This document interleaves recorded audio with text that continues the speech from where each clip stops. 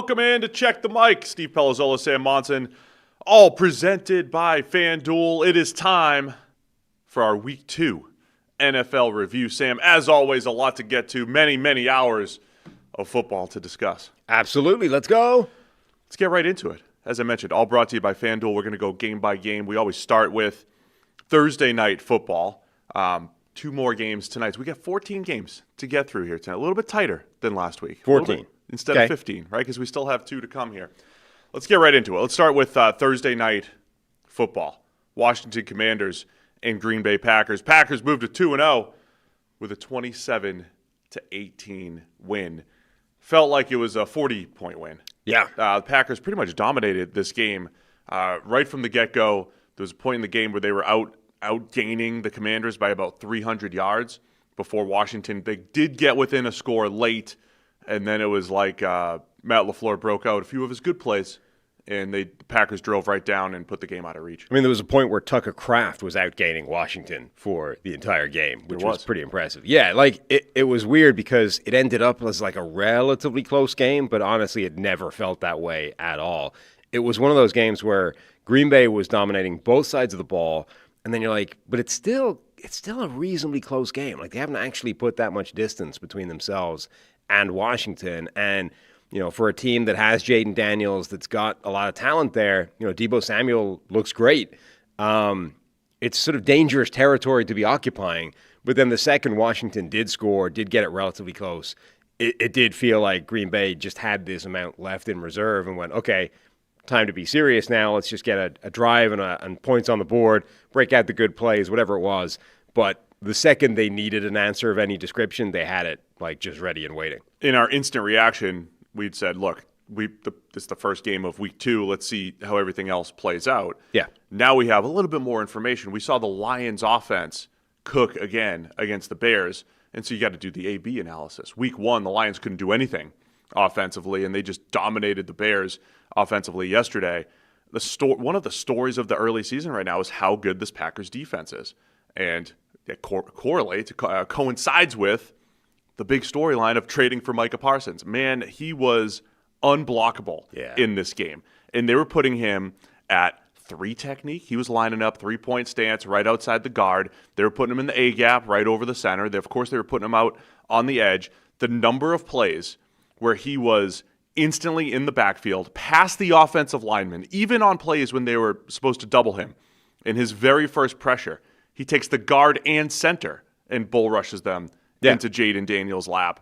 Micah Parsons, I think he's got 2 sacks so far through 2 seasons, through 2 weeks. But like 3/4 of the way through the game, he had 0 stats. And it was like, this dude is the most impactful player on the field, and everything else is falling into place for this Packers defense after adding Micah Parsons. Oh, he had a pass rush win rate of like 25% in this game, which is like off the charts insane. That feels low. It felt like he was at 50. He was utterly dominant. It's crazy. I mean, if you were in any way, shape, or form in doubt about just how good is Micah Parsons, you know, this was a thing thrown out there into the ether after he got traded away. It's like, well, maybe Jerry's right. You know, maybe Micah's not actually that good after all. And sure, trading him on the eve of the season is actually a smart way of doing things. I mean, he dominated here. And what's interesting is, so he played a lot because there were a lot of snaps to be had, but Green Bay was basically deploying him as a situational pass rusher. I mean, he basically wasn't playing against the run at all. And yet, because the game got away from Washington pretty early, you know, it was all passing all the time. So they were able to just like, third down, let's wheel out Micah. And he comes in from the sideline, wrecks shop, immediately gets pressure, ruins the play, and on we go to the next one. Like, they were, you know, if there are any concerns about his ability to play the run, and I don't think that's necessarily the case, but like, they don't need him to play the run at the moment. They're just pulling him out there for passing downs, and he just destroys things. It's keeping him fresh as well. So it's like, it's to the benefit of him as well. It's allowing them to move around other guys as well. Lucas Van Ness is still lining up more inside than he has previously in his career and looks better for doing so.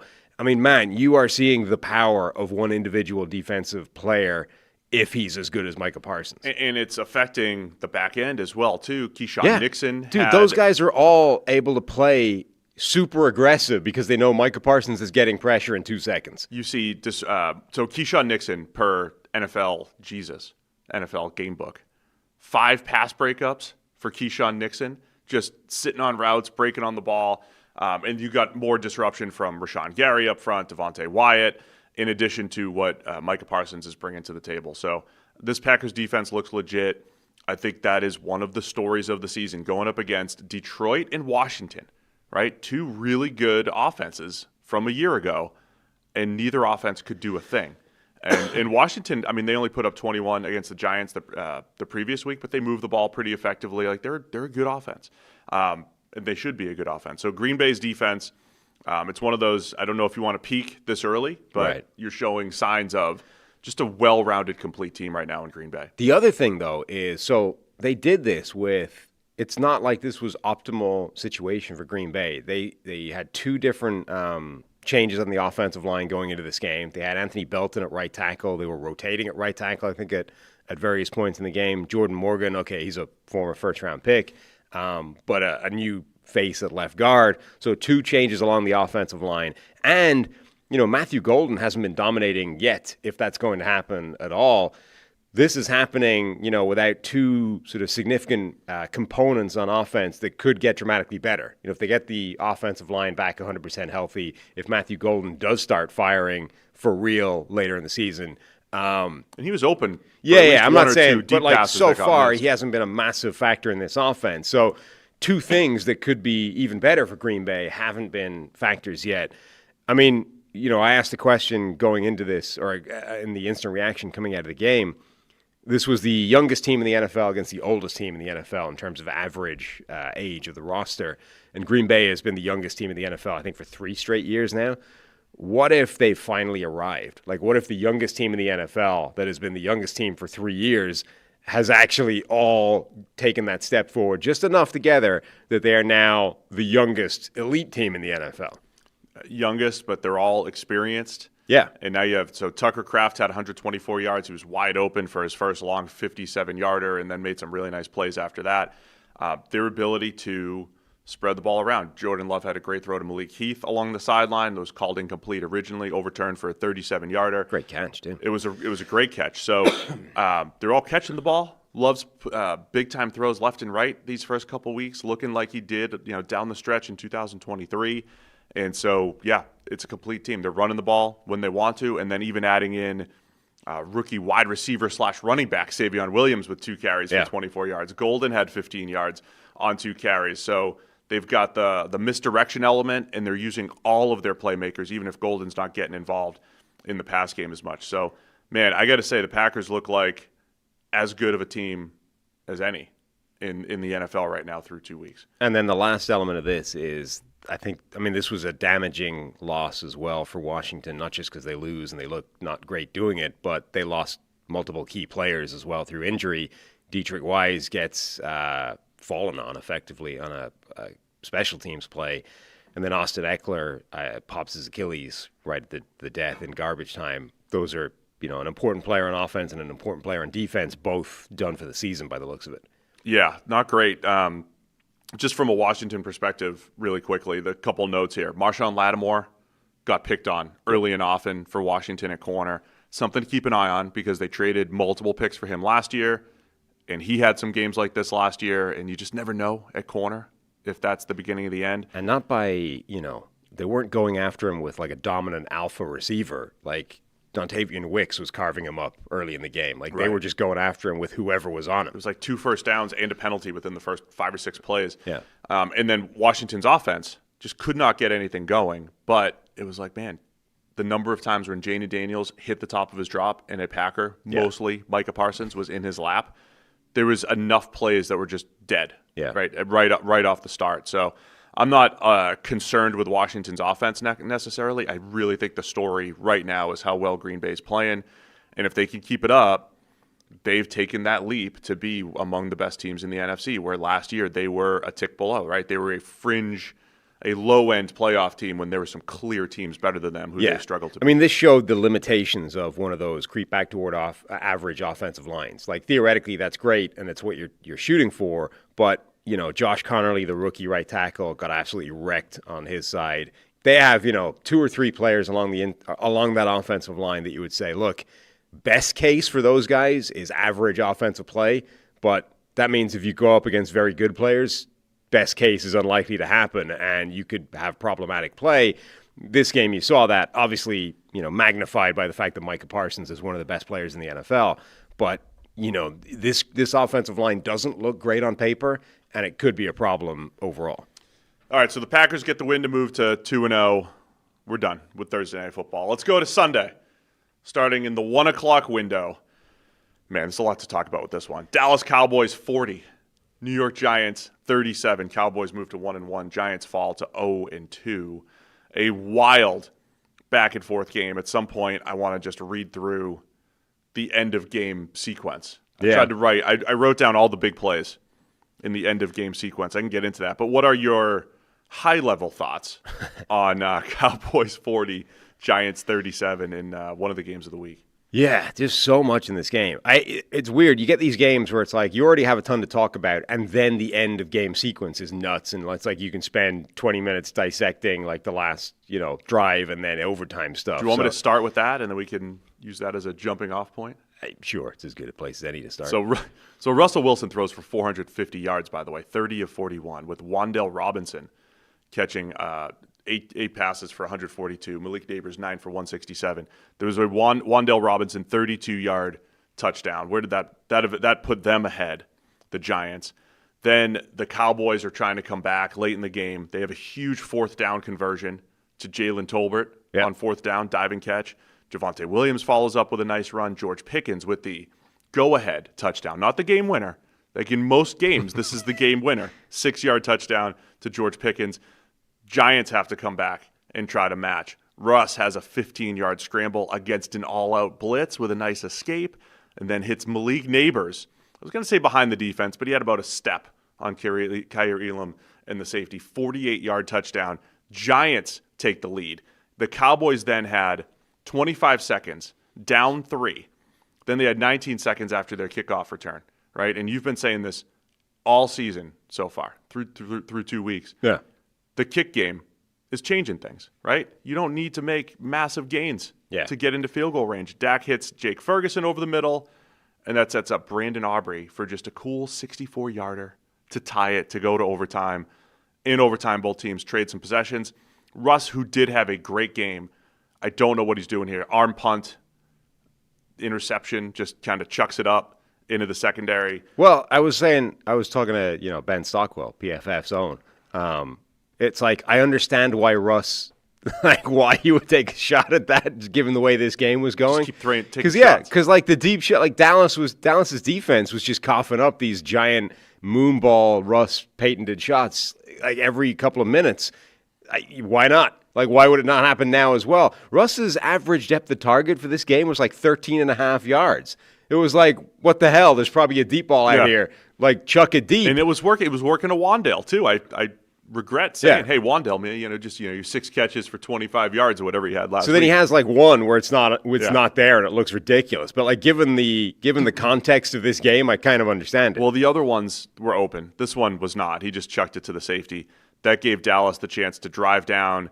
And it was almost a full 10-minute overtime. Dak hit George Pickens for 27 yards and then a 14-yard scramble to set up Brandon Aubrey. Chip shot, 46-yard field goal. Those are chip shots now. And Dallas gets the win, 40-37. By the way, that was my survivor pick in our Check the Mike Survivor League. So I was sweating that one out. Definitely. And Dallas pulled it off. I was very annoyed. So just before the 64-yard kick, they had the pass to Jake Ferguson, but then they gave Javonte a little carry as well. That got them 3 yards, which turned it from a record into just a routine 64-yard shot. 64 yards that had so much room on it, on top of 64 yards. It was definitely good from 70, and I don't know how much more than 70 it would have been good from, but like the 3 yards would have been 66, I think is still the NFL record, so 67 would have been a new record. I'm kind of annoyed they didn't let Brandon Aubrey have the 67-yard record. And then late in overtime, there was one point where they would have been on for a 75-yard attempt. I honestly think he might have that in him. He says apparently himself that his range is like 71. I honestly think based off that 64-yarder, he might have a 75-yard kick in him. You change the problem is 75 is tough. The problem is it has to be like the last kick of the game. Nobody's going to give him 75 if there's any extra game to go. Yeah, not it's got to be like, this is the last play of the game. Take the swing. So a wild back and forth game, and not really the game you expected. I mean, the Giants' offense last week struggled to get anything going. Yeah. I think this shows when Russ is throwing the ball down the field, the high-end potential that they have. Malik Neighbors now leading the league. This is the influence of Jameis. This is Jameis's influence in the meeting room, being like, hey, Russ. Oh, do you think they dusted off the Jameis game plan? Jameis is just, this is why you have him around, right? Jameis is just in Russ's ear being like, look, what if he just went out there and just every play, YOLO, Russ, let's go. Including the arm punt in overtime. It was very Jameis-like. Let Russ YOLO is what Jameis is preaching. Forgive me for getting hardcore analytics here, but Cam Skattebo had 11 carries for 45 yards and a touchdown. And now, every time Cam Skattebo has at least 10 touches in a game, the Giants are averaging 37 points. So take that however you want. I'm just saying Cam Skattebo, he outcarried. He overtook Tyrone Tracy as the number one back. Had a really, really nice 24-yarder in there, and then a 1-yard score as well. Got to see Skattebo a little bit.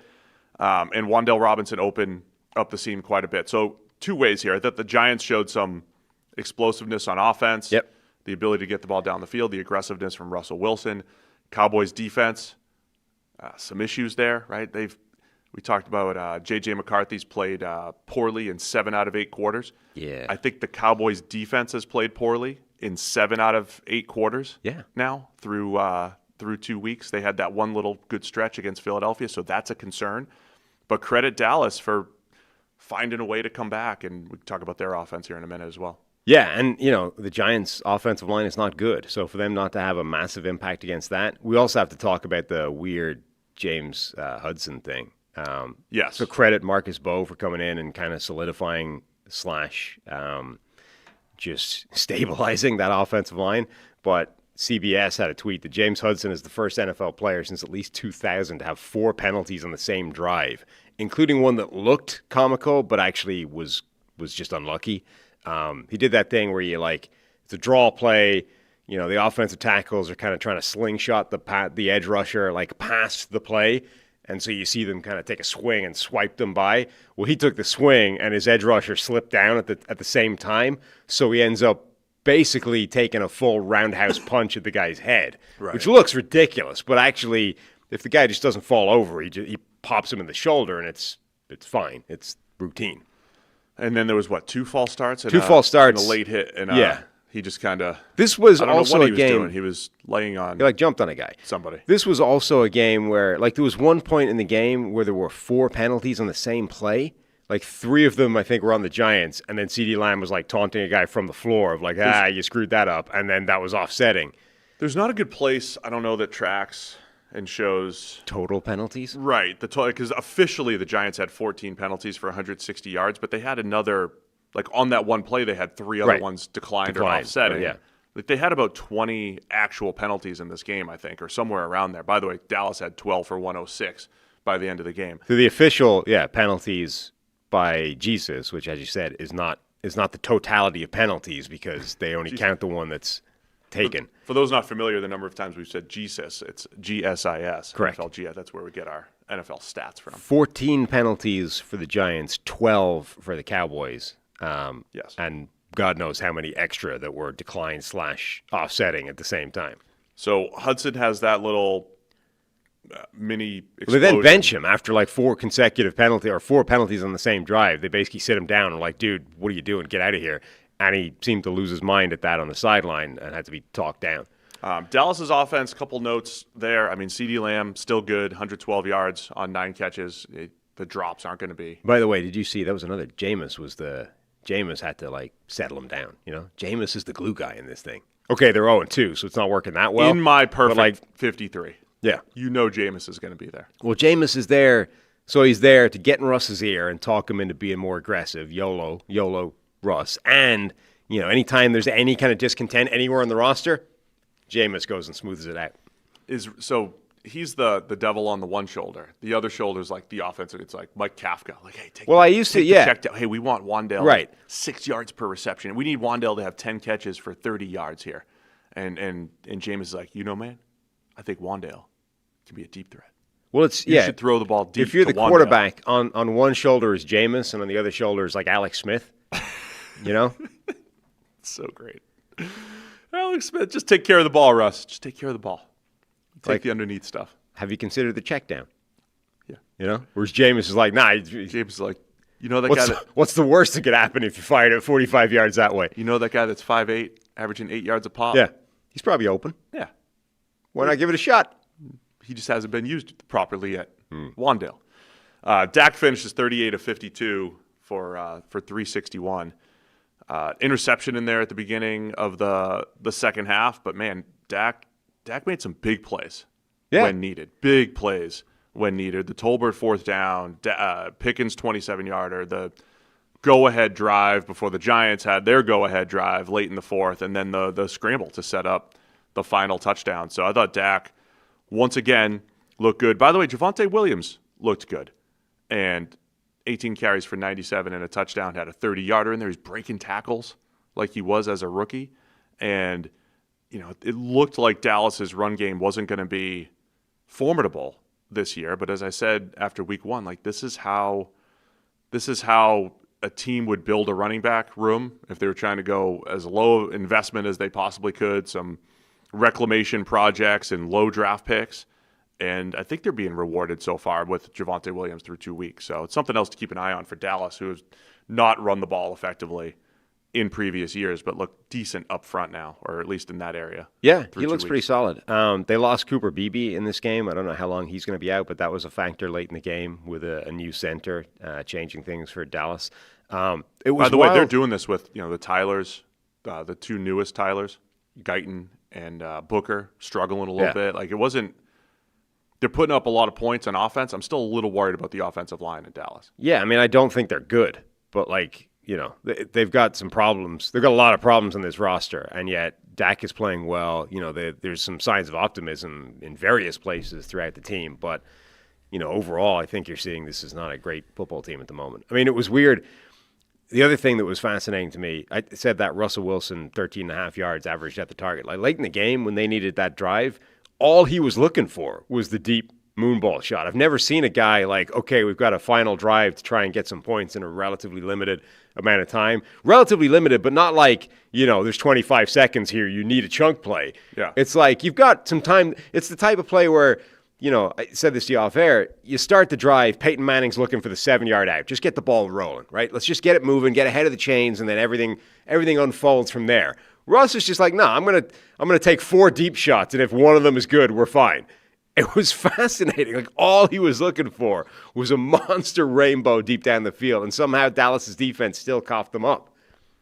Yeah, I mean, they play the Chiefs, by the way. 0-2 Giants versus 0-2 Chiefs. I feel like that's just two teams contending for the number one overall pick. That's what you need to do next week against Kansas City to try to compete. There was one other thing.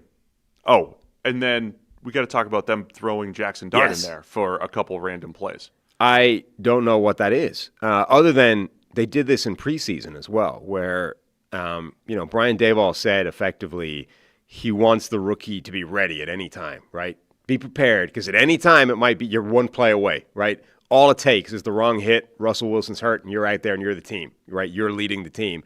And he was like, for when in preseason, it could happen at any time. Don't be there ready because, you're coming in next drive. It could be any time. And he would throw him in for one play. It would be like a screen, and then Russ goes out and finishes that drive, and then next drive, Jackson Dart comes in. It's like he's doing that now. Like, I thought they'd bench Russell Wilson in the middle of a game where they were like one score down, and he'd been relatively productive. But no, it was like Jackson Dart goes in for a play. I think 4 consecutive plays they swapped them. It's a run zone read right. type It was stuff, like too. Dart comes in, Russ is back in, Dart's back in, Russ is back in. Like, what are we doing? I don't understand it at that time of the game either when Russell Wilson was making some plays. And here's the thing. It wasn't like an early first quarter Right. or second quarter type of thing. This was later in the game when they had already had some success in the pass game. You should be all on board with this, though, because I was sort of thinking, I was having this whole debate with myself while this was happening. I'm like, on the one hand, the Giants aren't good this year, right? So the only thing that matters for them is preparing Jackson Dart for the NFL. I agree with that. Right. So if they believe this is the best way of getting him ready, right? Like your thing last year of New England just getting Drake May 30% of all practice reps, right? Because that's the best thing for his long-term future development. What if the Giants believe that the best thing for Jackson Dart's long-term future development is getting him random plays left, right, and center, just get yourself ready, dip your toe in the water of the NFL. You're not going to go out there. Random plays. You're not going to go out there long term. We're not going to expose you to multiple drives where you can get your ass kicked. But we're just going to send you out for a play every now and again. Get your feet wet. I mean, if that's the best thing, does it matter if it costs them a game? No, I don't care if it costs them a game. I mean, I'm sure Giants fans would love to be more competitive and everything. And it's not like you're trying to tank for a quarterback next year. You've got your first rounder. But yeah, everything should be about getting Jackson Dart ready, but every now and again, you want to win the game and pull it off. Sure. When you have the opportunity to beat Dallas in Dallas. So, yeah, you were asking if Jackson Dart watch is on. After the way Russ played, no. And you don't want Jackson Dart starting against Kansas City next week. It's the only conclusion, though, that I can draw for I don't understand why you throw him in for like random plays multiple times in the game unless you are I do wonder if they're ramping up, if he's going to get a whole series next time. Because when they did it in preseason, it was like, it sort of signaled that sometime soon he's going in for real, right? Albeit in preseason with the second team or whatever. So, the only logic I can make of that is that you're not going in now, but you're coming in pretty soon. Like it's the leash here for Russell Wilson, I don't think is that long. Malik Neighbors made a couple of spectacular grabs in that game, by the way. Because remember, week one, it's like there were some plays there to be made, and Neighbors didn't make them. Not easy, like contested catches or whatever, but there was meat left on the bone in week one that Neighbors didn't maximize. I mean, he did in this game. He was awesome. He looked great in this one. Neighbors leading the league in receiving yards. Anything else on Dallas? By the way, they're playing the Chiefs next week, like I said. Maybe you see a little bit more Jackson Dart. I just think it's funny that every time we see a mobile quarterback come out, like there'll be a Jalen Milroe package. Put him in the red zone, or Anthony Richardson got benched. Is there going to be a package just for him? The Giants have the Jackson Dart package. But I don't think it's because they view Jackson Dart as like this athletic change-up dynamo. I think it's just like this is the easiest way of getting him a real, quote-unquote, game snap without, We will keep an eye on it. Impressed by what? By the way, this is almost 2 straight weeks of Dak leading the comeback. Last week fell short against Philadelphia, in part mostly because of drops. But I think pretty good start to the season for Dak Prescott, other than a couple throws here and there. Yeah, and other than barely beating the Giants. I'm not from Dak. Dallas's defense is a concern. Yeah, the corners got torched. Kair Elam and Trayvon Diggs yesterday. Anything else? Nope. On this one. What's next on my list? No more use for that game. Jacksonville Jaguars, Cincinnati Bengals. A lot to talk about on this one, too. Bengals moved to 2-0, but Joe Burrow injured. 31-27. Bengals get the win. Jags fall to 1-1 here. Biggest story coming out of the game, though, Joe Burrow injured in the first half. Looks like another turf toe injury. And what the initial report is, and they're already talking about potential season-ending surgery. Grade 3 was the report from Rappaport and Tom Pelissero, I believe, yesterday. Dr. David Chow, the Sports Injury Central guy, says if it is confirmed as a grade 3, and he's going to see, what's that guy's name, David Anderson, the foot specialist doctor? Sure. I think his name is David Anderson. Someone might want to check me on that.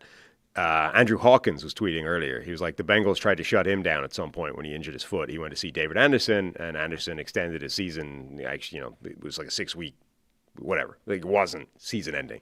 So there's still, glimmers of hope there for Bengals fans. But David Chow says if it is confirmed as a grade 3 injury that requires surgery, he's done for the year. It's him shut down. On a play where he was getting bombarded from multiple. Yeah, but places. It was fascinating because it was I assumed he went down. He got sacked. He went down. A dude had hold of his leg. I was like, oh, the leg got stuck under a dude. He just got hurt in the sack. It was the non-tackled foot. So he's got a guy grabbing hold of his right leg, taking him to the ground. But it was the left leg that he stuffed, jammed into the turf to try and keep himself, upright and alive on the play. And, you put all that force through one foot into the turf and the ligament of the toe or whatever it is, it goes. And our guy, Vic Troja, who used to do the boo-boo breakdown with us, he texted me right away and was like, that looks like that could be turf toe, and that's a lingering thing. That's a problem. So we're in this weird, unprecedented world where the Bengals are still kind of playing like crap, are 2-0, which is new territory for this team that traditionally starts 0-2 or 1-1 at best, and it might have cost them Joe Burrow in order to do so. Yeah, let's start from Cincinnati's perspective here. I mean, we've seen Jake Browning. We saw him 2 years ago fill in. Was it against the Jags, actually, on Monday Night Football, where he went out there and completed 80% of his passes or something, Browning? He had some really good games in 2023. Ironically, when he first came in, if I'm remembering correctly, I'd have to break out my notes. His first start was against Pittsburgh, and he had some errant interceptions, a lot like he had yesterday. Browning had some awful passes in there yesterday. The scramble drill. 3 interceptions. 3 interceptions, and they were all pretty bad. Still somehow won the game. But he's got that amnesia to come back. He's also competent enough, gets rid of the ball quickly. That's key. But he's competent enough to get the ball to Jamar Chase, to T. Higgins, had a deep ball to T. Higgins, and Jamar Chase, when he doesn't perform the previous week, he usually comes back strong. 14 catches on 16 targets for 165. Did catch a touchdown from Burrow early on. And so Browning's a competent quarterback. He was a high completion percentage guy.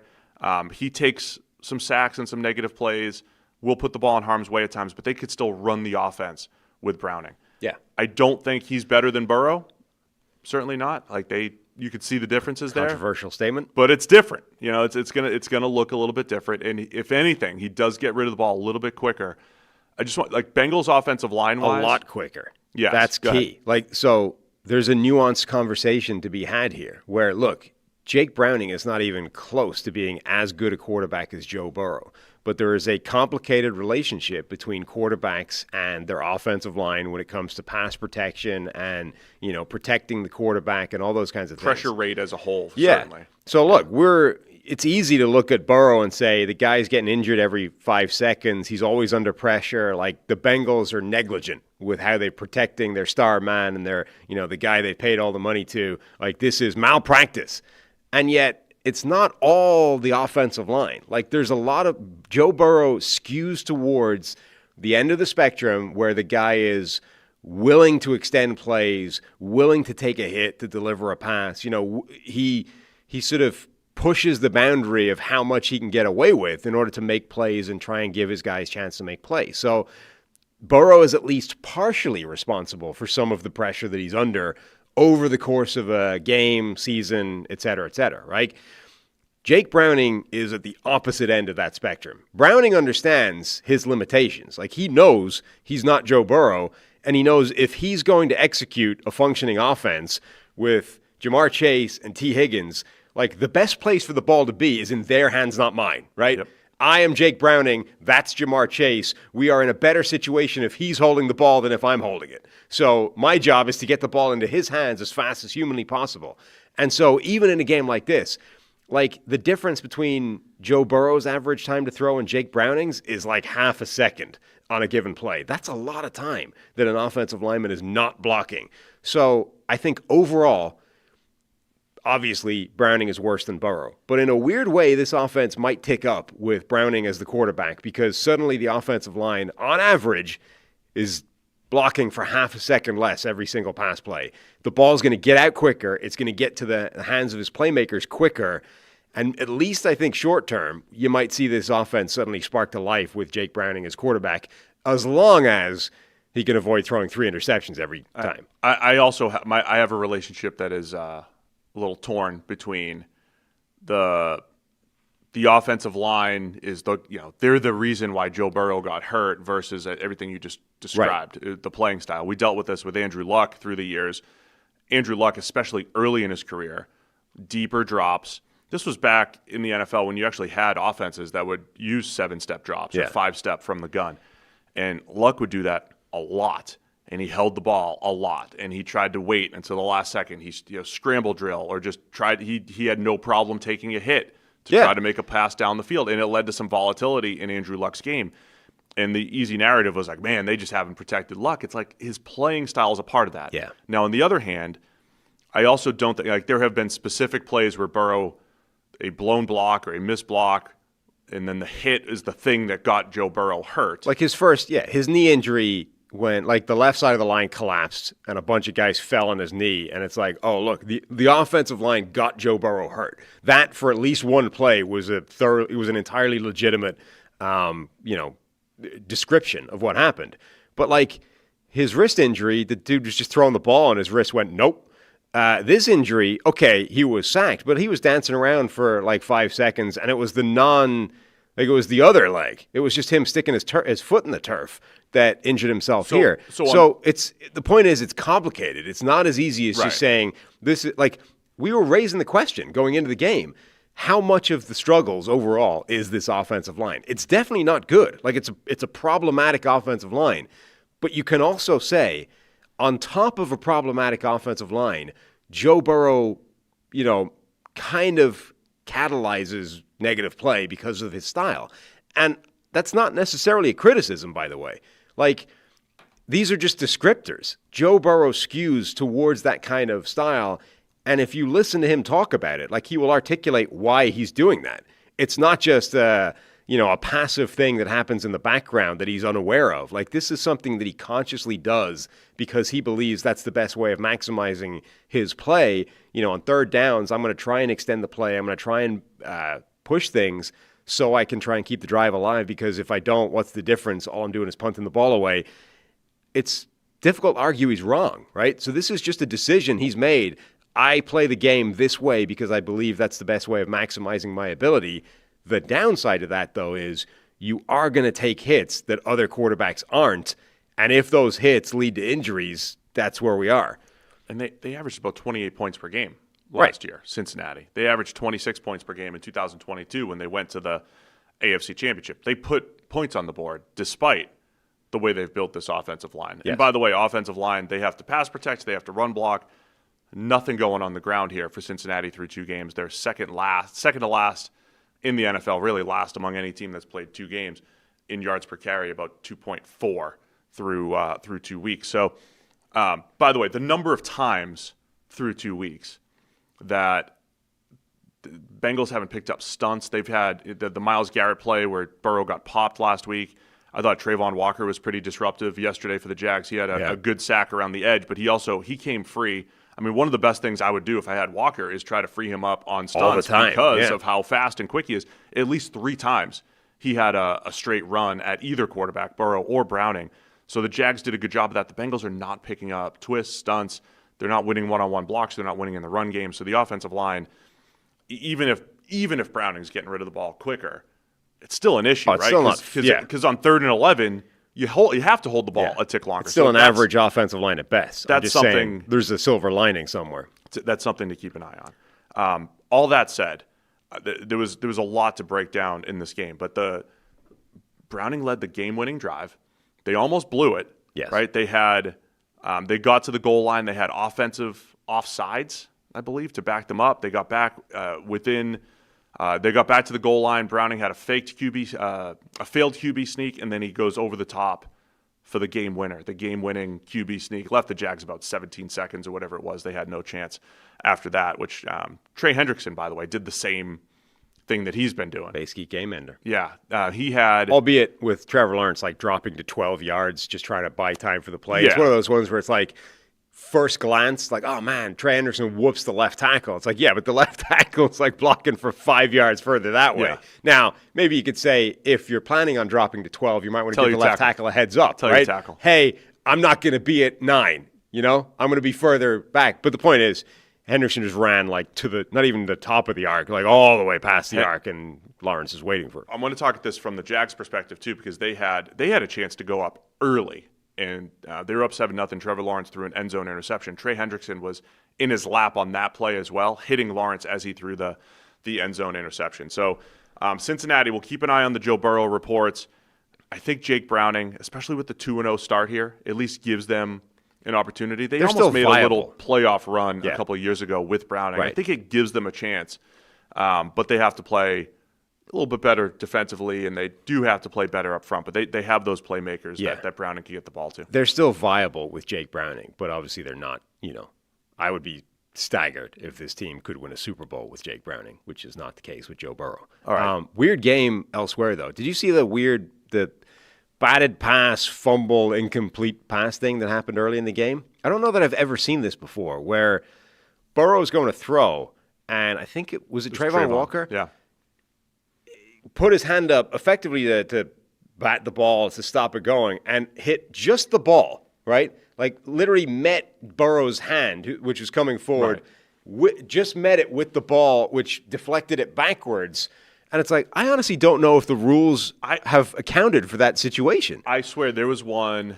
Do you remember? Because that might be a sack. I think that's a fumble.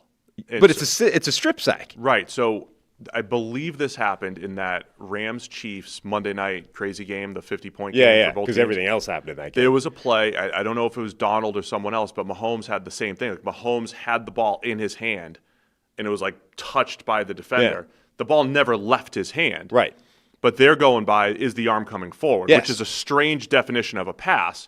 You should have some sort of space in between the throw and the ball to say it left his hand. If you swat it before it leaves his hand, to me that should be a fumble. Well, that's the thing. So if you imagine your standard strip sack, right, which is the guy's coming from around the arc of the left tackle, quarterback's blind side, quarterback's arm is cocked, and then he gets to swipe in, gets rid of the ball from the guy's arm. Even if it's coming forward and gets touched. Exactly. Yeah. Even if the arm is on its way forward, if you swipe and the ball comes out, they're calling it a strip sack and a fumble. This is exactly the same mechanism, just coming from directly on.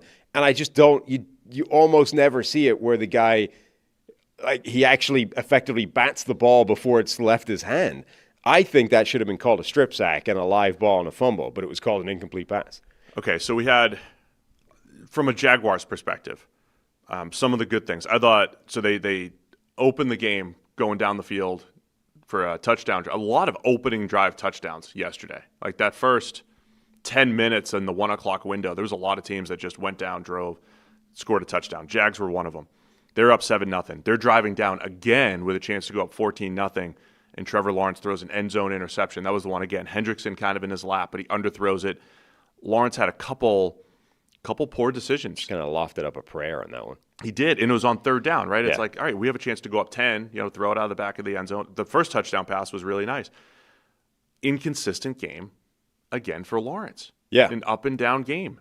And, and then the second interception, he almost threw 3 total. One fell incomplete. But the second one throws the ball over the middle, and this is where some of the hospital ball debate and things came out. Like Brian Thomas Jr., clearly stopped on his route, actually tipped the ball up, got his hand on it. That got picked. But there was a Bengals defender lining him up on that pass when he decided to make the business decision. And total in this game, just like last week, it was 1 for 7, Trevor Lawrence to Brian Thomas Jr. In their attempts. 4 for 12 yesterday, Trevor Lawrence trying to target Brian Thomas Jr. Yeah, so just before I forget, Bashal Tutin was a bigger factor this week than he was last week. Obviously, they traded away Tank Bigsby. In the meantime, last week it was like Etienne and nobody else, right? It was like this is a bell cow workhorse running back and nobody else is a factor. Well, Bashal Tutin was a much bigger factor. I don't know if that was a sort of let's get rid of Bigsby so we can get him the ball more, but that's the way it worked out in this game. I mean, I think it was, and Lawrence had 3 touchdown passes. 2 of them were screens to the running backs, Etienne and Tutin. Tutin ran in the 4-3, low 4-3s. Etienne's a low 4-3 guy. That's a really good, speedy 1-2 punch, and I thought Liam Cohen did a really nice job getting the ball into their hands in space. So if the Jags had won this game, I'd be saying, look at this. Like last Right. week, look at everything around Trevor Lawrence is looking pretty good. But there's still a few plays that are left wanting. Yeah. Now, the Brian Thomas Jr., Trevor Lawrence discussion, which from experience is triggering to some people. Brian Thomas Jr. had a weird game where he absolutely stopped his route on that play. He had a bunch of other plays, even the pitchy woo-woo at the end, right? The Jags actually got a kind of overlap. They had some space. They got 2-on-1 on the outside, and I forget who had the ball. Was it Etienne at the time? Is like looking for Brian Thomas Jr. to be like, okay, it's we've got an overlap here. It's 2-on-1. I'm drawing the guy. You need to actually, accelerate, and I can pitch the ball to you. And Thomas just wasn't interested. He was like, whatever, this play's dead. Forget it. Let's go to the dressing room. We're done. So he had a weird game where he just seemed to, I don't know what his deal was. He was kind of mailing it in for almost the entirety of the game. And, if you're looking at this week and last week combined, you would say absolutely Brian Thomas Jr. has let down Trevor Lawrence in the first 2 weeks of the season more than Trevor Lawrence has let down Brian Thomas Jr. If you're looking at the entirety of the time they've played together in the NFL, I think the scale is tipped dramatically in the opposite direction, where Trevor Lawrence has let down Brian Thomas Jr. a lot more than the reverse is true. Now, looking specifically at that interception, I think Trevor Lawrence has a wild tendency of leading his receivers into hospital passes, right? And that was a great example, I think, of one where and if you say that, Jags fans get really triggered and get upset because, of course, you've got to throw tight window throws. That's part of being an NFL quarterback. 100% true. What you have to analyze is, was there any reason for that throw to be a tight window throw in the first place, right? Every NFL quarterback has to, at some point, put a tight window throw. Two questions. Number one, did it need to be a tight window in the first place? And number two, did you do anything to mitigate the fact that it's a tight window? So late in the game yesterday, Arizona, Carolina, Bryce Young, was it a 2-point conversion or a touchdown? He had to attempt a tight window throw off an RPO in the end zone, put his receiver between two defenders, and he threw the ball low and hard, right? It was a tight window throw, but he did everything he could to protect his wide receiver on the play. What you don't want is for it to be late and high, which is exactly what that throw was. Number one, that did not need to be a tight window throw. Trevor Lawrence needs to throw with anticipation so that as soon as Brian Thomas has cleared the linebacker, it's in his hand, right? And he's got a little bit of time to hit the ground before the guy lining him up for the kill shot gets a chance to take that shot. Instead, it's late, and I think it's high as well. And if Brian Thomas Jr. had gone for that ball, and you can make the argument that he's paid money to go make that play, right? If he had gone for that ball, the only thing that would have happened at the end of it is he is getting absolutely lit up by the dude that's like literally preparing to decleat him at the end of that. So I think it is two things can be true at the same time. Brian Thomas Jr. can have had a weird game where he made some business decisions and let down his quarterback. Also, Trevor Lawrence has way too many passes where he is leading his receivers into shots they don't need to take. Through 2 weeks, Trevor Lawrence to Brian Thomas Jr. now, 5 catches for Thomas on 19 targets. They're 5 for 19 for 62 yards. Only 1 yard after the catch. He catches the ball down the field. That's why. There's 2 drops in there from BTJ and then this interception. Including, was it a 4th down play late in the game where Brian Thomas Jr. drops it? Like, bad plays. So that was the next play I wanted to talk about. There were multiple times in this game, one of those game situations that we talk a lot about on this show, where a team is up 3 and they go, do you kick the field goal to go up 6 and give the other team a final drive opportunity, or do you go for the first down, right? And you want to score a touchdown. There was this game and then Miami, New England. And ironically, the way that we would suggest is better ended up inverted, right? So you'd rather be, if you had to choose being up 3 or up 6, it's not that you would rather be up 3. You'd rather have the opportunity to get the first down to almost certainly ends the game and sacrifice being up 3. In other words, give up the field goal opportunity, try to get the first down, and if you're up 3, fine. Usually the other team is going to play for the field goal and it's a 50-50 proposition. It's generally that it changes the aggressiveness of the other team and forces them to go for the win instead of the tie, which ends up being a net loss to you. And in yesterday's games, the Jags were up 3, and the Bengals still went for the win, and they got the win. And in the Patriots-Dolphins, the Patriots did take the field goal, went up 6, and they had to because they had a false start. But the Dolphins ended up losing. Anyway, I thought that was an interesting decision. And you hear this from announcers all the time, and I just, they need to know why this is happening, right? Teams would rather go for the first down and sacrifice being up 3 if they don't get it. But they had a little mesh play. Brian Thomas Jr. was open on the drag. I think if he just caught and fell forward a yard, they have the first down, and the Jags essentially win this game. Mm-hmm. They found many ways to lose this game yesterday from a Jaguars perspective, and that was one of them. According to Sumer Sports, targeting Brian Thomas Jr. had a minus 7.1 EPA. Like, that's catastrophic.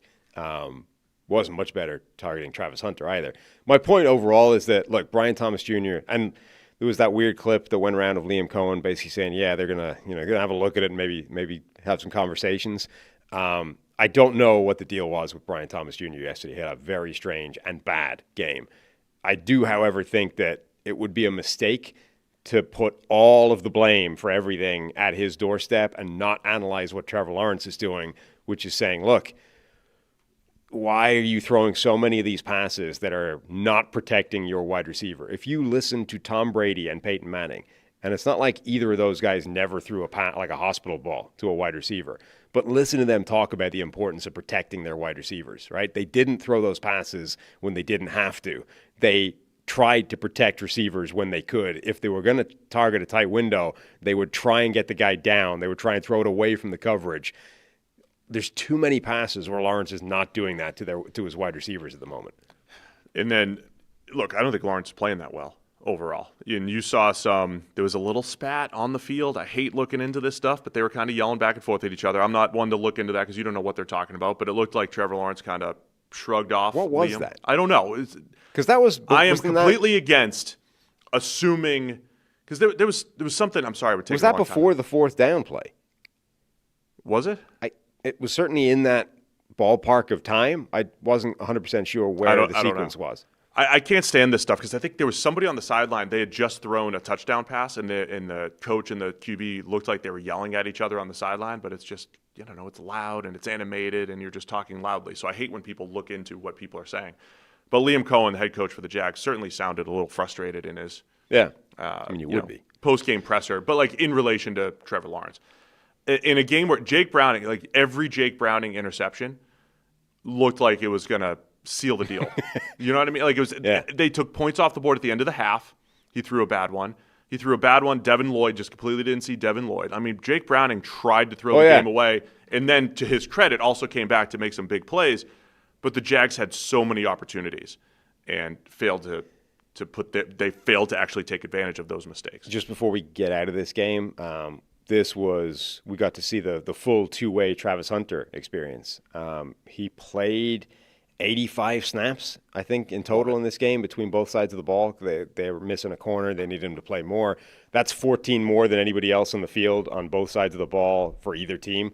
39, I think, defensive snaps, something like that. I thought that defensive pass interference calling him late in the game was pretty harsh. Yeah. They were hand fighting down the sideline, but he found the ball and cleanly broke it up with his left hand. I feel like once you play the ball that cleanly, it kind of makes the play legal. You're always going to get hand fighting and man coverage down the sideline. It's like, did you ever go and try and find the football? And he did, and he found it. I'm still not loving the way they're using him offensively. Yesterday, I need to shout out Parker Washington. He looked awesome yesterday. Everything that I loved about him coming out of Penn State, catching the yards after the catch, tough to tackle, catch point, ball skills. Parker Washington was fantastic. De'Ami Brown made some plays, though he dropped a touchdown as well. So it's not like the Jags are lacking in receiver talent. Once they get Brian Thomas Jr. going, it is a really nice group, right? If you get this from Parker Washington, who's shown these high-end flashes, I don't know if that move Z slot role is best for Travis Hunter. Right. I think he is better on the outside as more of a a route running type rather than like a two-way go in the middle of the field type. So we'll see how that progresses for Hunter. That pass interference call, by the way, was like that was the biggest play on that game-winning That's drive the game. for the Bengals. Like if they don't get that call, they probably don't win the game. Anything else on this one? Nope. I had a lot of random notes. I had a lot of stuff going on here. We'll keep an eye on Joe Burrow. We'll update you. As soon as we hear something, we will repeat what the insiders tell us. As soon as we hear from them, you'll hear it from us as well. So the other game that had one of those late field goal decisions, New England Patriots 33, Miami Dolphins 27. Patriots with their first win of the Mike Vrabel era, and Dolphins fall to 0-2. Another wild game, back and forth. Patriots got up 12-0. Dolphins worked their way back into this, and then both teams tried to win it and tried to blow the game at the same time. Patriots went up 23-20 late in the third, and then a punt return with 7:39 left in the fourth quarter. Punt return for a touchdown. Malik Washington, 74 yards from the Dolphins to go up 27-23. Then the ensuing kickoff, Sam, 90-yard touchdown from Antonio Gibson. Patriots go up 30-27, and then they tacked on that field goal late. Again, a decision we'll discuss here in a minute. Patriots get the win 33-27, and Milton Williams had the game-clinching sack on Tua on a 4th and 12 on their last-ditch effort. Yeah, fascinating game because like all-time bad vibes from Miami early on. They're getting wrecked again. The first defensive stop the Dolphins got this season was when the Patriots took a knee to go into the half rather than there's like a couple of seconds left. That's great. They had given up points on every single defensive drive for effectively 6 quarters until the Patriots took a knee with a couple of seconds left rather than run a play. That's insane. Like at one point they cut to the sideline to Anthony Weaver, and there's just a quick glance. I thought The Rock was calling plays for the Dolphins on the sideline, like the way that Weaver looked at the sunglasses and the bald head and the T-shirt thing, jacked out of his mind. They might have been better off if The Rock is calling plays for the Dolphins. Their defense is awful right now. So by my quick count here, there was 2 times the Patriots kneeled it out, and so 13 out of 15 drives, I believe. Yeah, they've something like now that. given up points. Yeah, if you take out the kneel downs. Dolphins defense. that's bad. Bad. It is. We'll start from a New England perspective. They did not love the way they showed balance, the way they ran the ball in week 1 against the Raiders. They came out running heavy, of at least, I think, 4 straight, right out the gate, running the ball. And it's funny because they didn't end up running a ton of plays. They controlled the ball early, but they didn't really run a ton of plays in this game. But they tried to run it. I thought Drake May played a really good, efficient game. Of course, the stat line backs that up. 19 of 23 for 230 and 2 touchdowns. Really effective. I like the way May's run the offense the last couple of weeks. I think he's getting rid of the ball pretty quickly. I think the offensive line is looking pretty good. He got sacked. May got sacked 3 times. At least one was on Hunter Henry early on. Travion Henderson, by the way, as much as we raved about him and his pass protection, he got beaten pretty badly for a sack in there too. And then another one where Henderson may have missed the assignment as well. But the O-line itself, the starting 5, did a pretty good job up front for May. And then he did a really nice job too, man. He had a touchdown. They had his running touchdown. They had Matthew Judon. It was some blown protection. Yeah. And Judon has just a straight run at him, and May feels it and just outruns him for a 13-yard touchdown or whatever it was. Yeah, I mean, May's always been, I think, more athletic than people give him credit for. Even in his college tape, I think that was a pretty consistent theme. 6-yard touchdown, sorry. Once the guy gets moving, he's pretty dynamic. You just don't expect it, I think, for looking at him. He's been an excellent scrambler. Last year, he had those ridiculous yards per attempt numbers because they never took a knee, but now he takes a knee, so it affects. But the Dolphins defense is becoming like the asterisk, in the NFL. It's like they're going to be a get right spot for every offense in football right now, the way they're playing. What fascinated me about this game, though, is that Miami's offense actually got itself together and started to look like it was functioning again. And they even completed a deep pass to Tyreek Hill, and that had been a thing during the week. A reporter had asked him, like, hey, is there a reason why you haven't caught a deep pass in, like, God knows how long it was? And Tyreek Hill was like, are you trying to piss me off with questions like this? Like, the vibes had been bad. And the offense, Tua was playing reasonably efficient. They got a deep ball going. Devon Achane looked fantastic. Like, he was by far the best thing going on this offense or even on this team.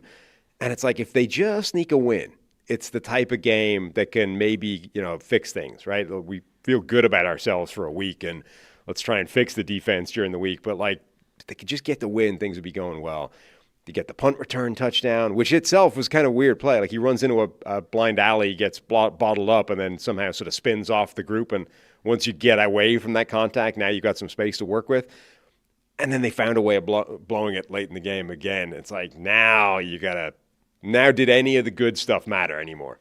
There's elements of the vintage Dolphins offense in there. It took, the first three quarters, week one against Indy was, I think, all ugly. Tua started to make a couple throws down the field. But you're right, like Tyreek Hill, the 47-yard deep ball. By the way, that was just a heave. Oh, yeah, and wildly underthrown. But when Tua was at his best, he wasn't underthrowing the deep ball by 5 yards, even though we talked about his arm strength. He anticipated it. He got it out there. He threw some nice ones to Tyreek. That was underthrown. But he had some of those anticipation, intermediate routes to both Tyreek and Waddle that showed some vintage Dolphins offense. It's like I don't know if any of it matters if they could just find a way of getting a win, and Tyreek Hill would have been implicated by the fact that he got a deep ball. It doesn't matter if it was in stride, if it was a bad throw, whatever. He got the pass. He got the thing. He can now tell somebody to shut up when they ask him about his deep production, et cetera, et cetera. Like, things would have been good if they'd find a way to win this game. Instead, they blow it late in the game again, and now it's like, did any of the positivity mean anything because you lost against the Patriots? Like, it's bad. Things have gone incredibly south for Miami in a very short period of time. I believe that was Tua's first loss against the Patriots, right? Really? As starting quarterback for the Dolphins? Or he was at least, maybe there was one last, he was like 7-0 against Belichick or whatever the stat was, for whatever it's worth. But yeah, it's a big one for New England winning in Miami in September. There's not a great history with all that. But I thought, it came close too, right? They had, by the way, the first touchdown to Achane, nice little angle route. He outruns the defense. Achane had a bunch of big plays, and it looked like he did it again. It looked like he had the go-ahead late touchdown, and he just stepped out of bounds. We said, like yesterday, how many games did teams make this comeback, put themselves in position, and then on the final drive, it felt like they couldn't do anything? And a little different in Miami, they had this one Achane play where it looked like, man, they did it again. It looked like the Miami miracle. Wow, he's running through the defense for the game winner in Miami, but he just barely stepped out of bounds, Achane. And then after that was it. Yeah. And the Patriots pass rush did a nice job.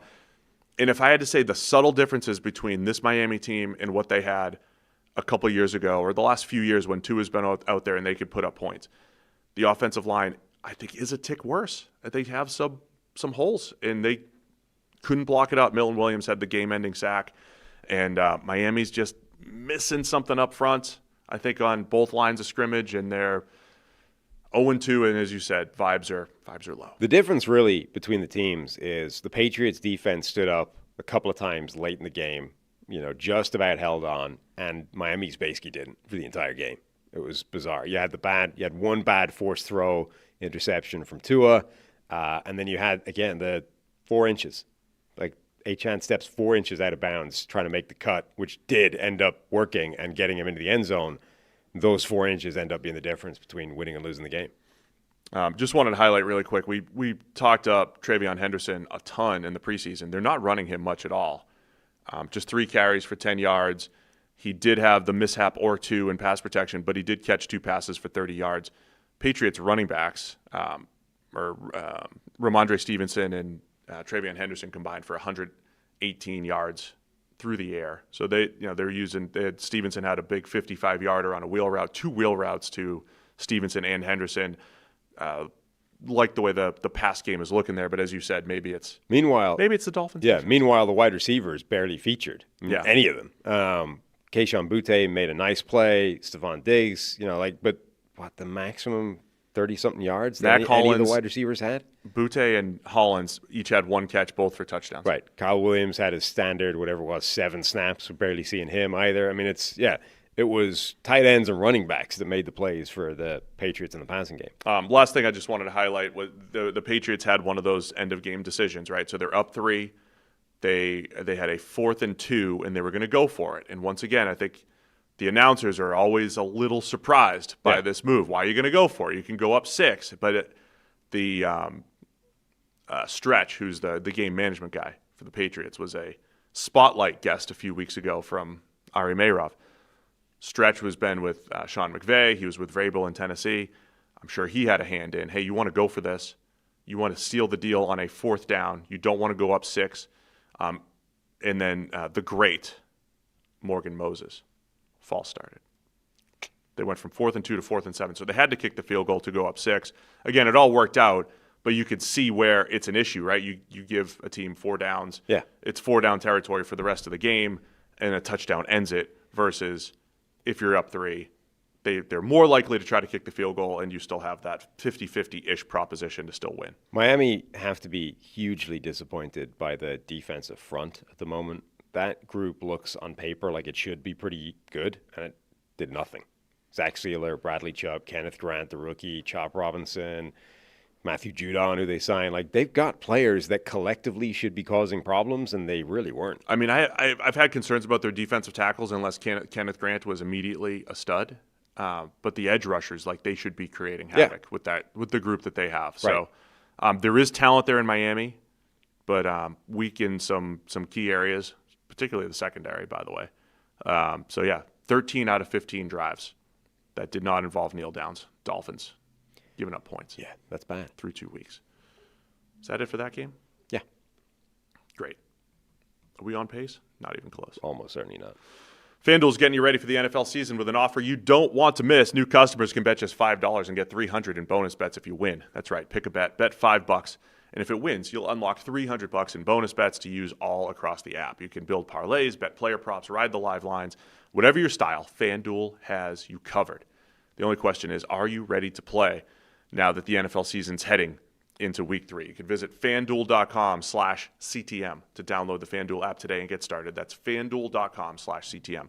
Must be 21 plus and present in select states. For Kansas in affiliation with Kansas Star Casino, or 18 plus and present in D.C., Kentucky, or Wyoming. First online real money wager only. $5 first deposit required. Bonus issued as non-withdrawable bonus bets, which expire 7 days after receipt. Restrictions apply. See terms at sportsbook.fanduel.com. Gambling problem? Call 1-800-GAMBLER or visit fanduel.com/RG.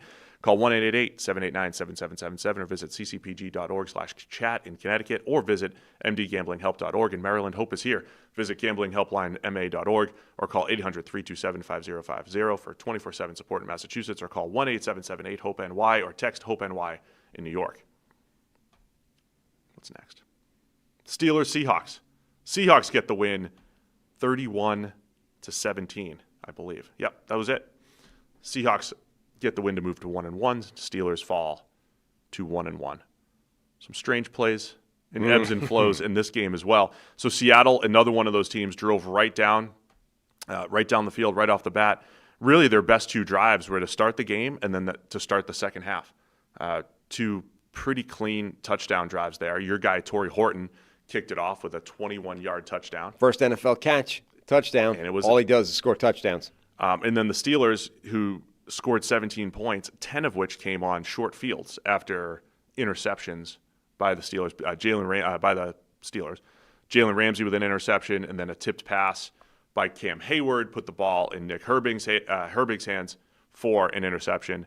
Other than that, Steelers offense did not get much going, including an end zone interception off the hands of Calvin Austin, maybe intended for Pat Freiermuth. So some strange bounces of the ball, including a kickoff return touchdown for the Seahawks, which ended up being the biggest play. So that sequence, like, they had a few plays where the ball was kind of breaking Pittsburgh's way. Like, Rodgers on 3rd and 9 throws the ball right to a defensive back. Like, weird play, the like of which you typically don't see Rodgers make. Yeah. No real excuse for it. He's under a little bit of pressure. Like, there's a couple of bodies sort of right in the middle of the field, right? Yeah, coming towards him at the time. But, like, he just not even panics, just sort of under a little bit of pressure, throws the ball right to a guy pretty much straight in front of him.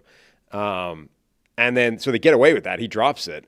And a few plays later, once they've got rid of the ball, is that Cam Hayward batted past to Nick Herbig. So they get away with a really bad, what should have been a turnover. And then a few plays later, once they punt the ball away, they get a turnover of their own. Sort of massive swings in field position / possession battle. But then late in the game, like, things completely spiral away from them. That Caleb Johnson thing, awful mistake. I mean, a kickoff is a live ball in the NFL. Always has been, probably always will be. And he lets it bounce at the 5, looked like it touched him as well on the way by, and then just let it sit there in the end zone and walked away as Seahawks scrambled to get the live ball and recover it for a touchdown. Like an all-time goof, just gives Seattle 7 free points. And so it was 14-14. Seattle kicks the field goal to go up 17-14. Then that's the kickoff coming out of it. Yeah. So you're over there thinking, okay, it's 17-14. It's early fourth quarter. Of course, it's a 3-point game, right? Pittsburgh's got plenty of opportunities to come back in this one. And then all of a sudden, the kickoff at the very back of the end zone, George Halani jumps on it for the touchdown. So all of a sudden, Seattle goes from up 17-14 to 24-14.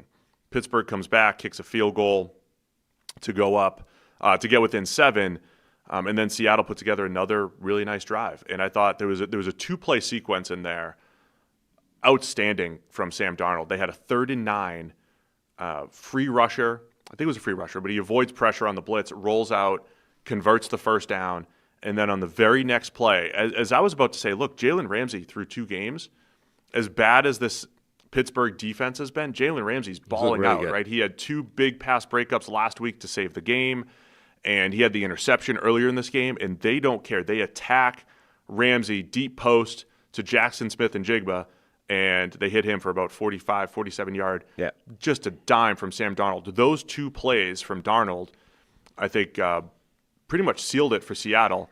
And then to cap it off, they have 3rd and goal. I mean, they're already probably going to go up 2 scores, but 3rd and goal from the 19. And Kenneth Walker has a 19-yard touchdown on 3rd and goal from the 19.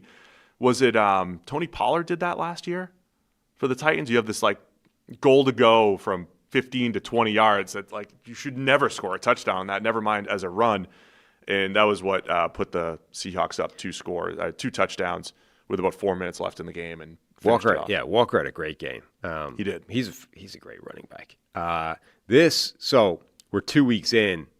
Who knows how it'll play out long term, but we are going to get some phenomenal revisionist history about Minnesota's quarterback decision between Darnold looking like the version of Darnold for most of last year and J.J. McCarthy not looking good yet.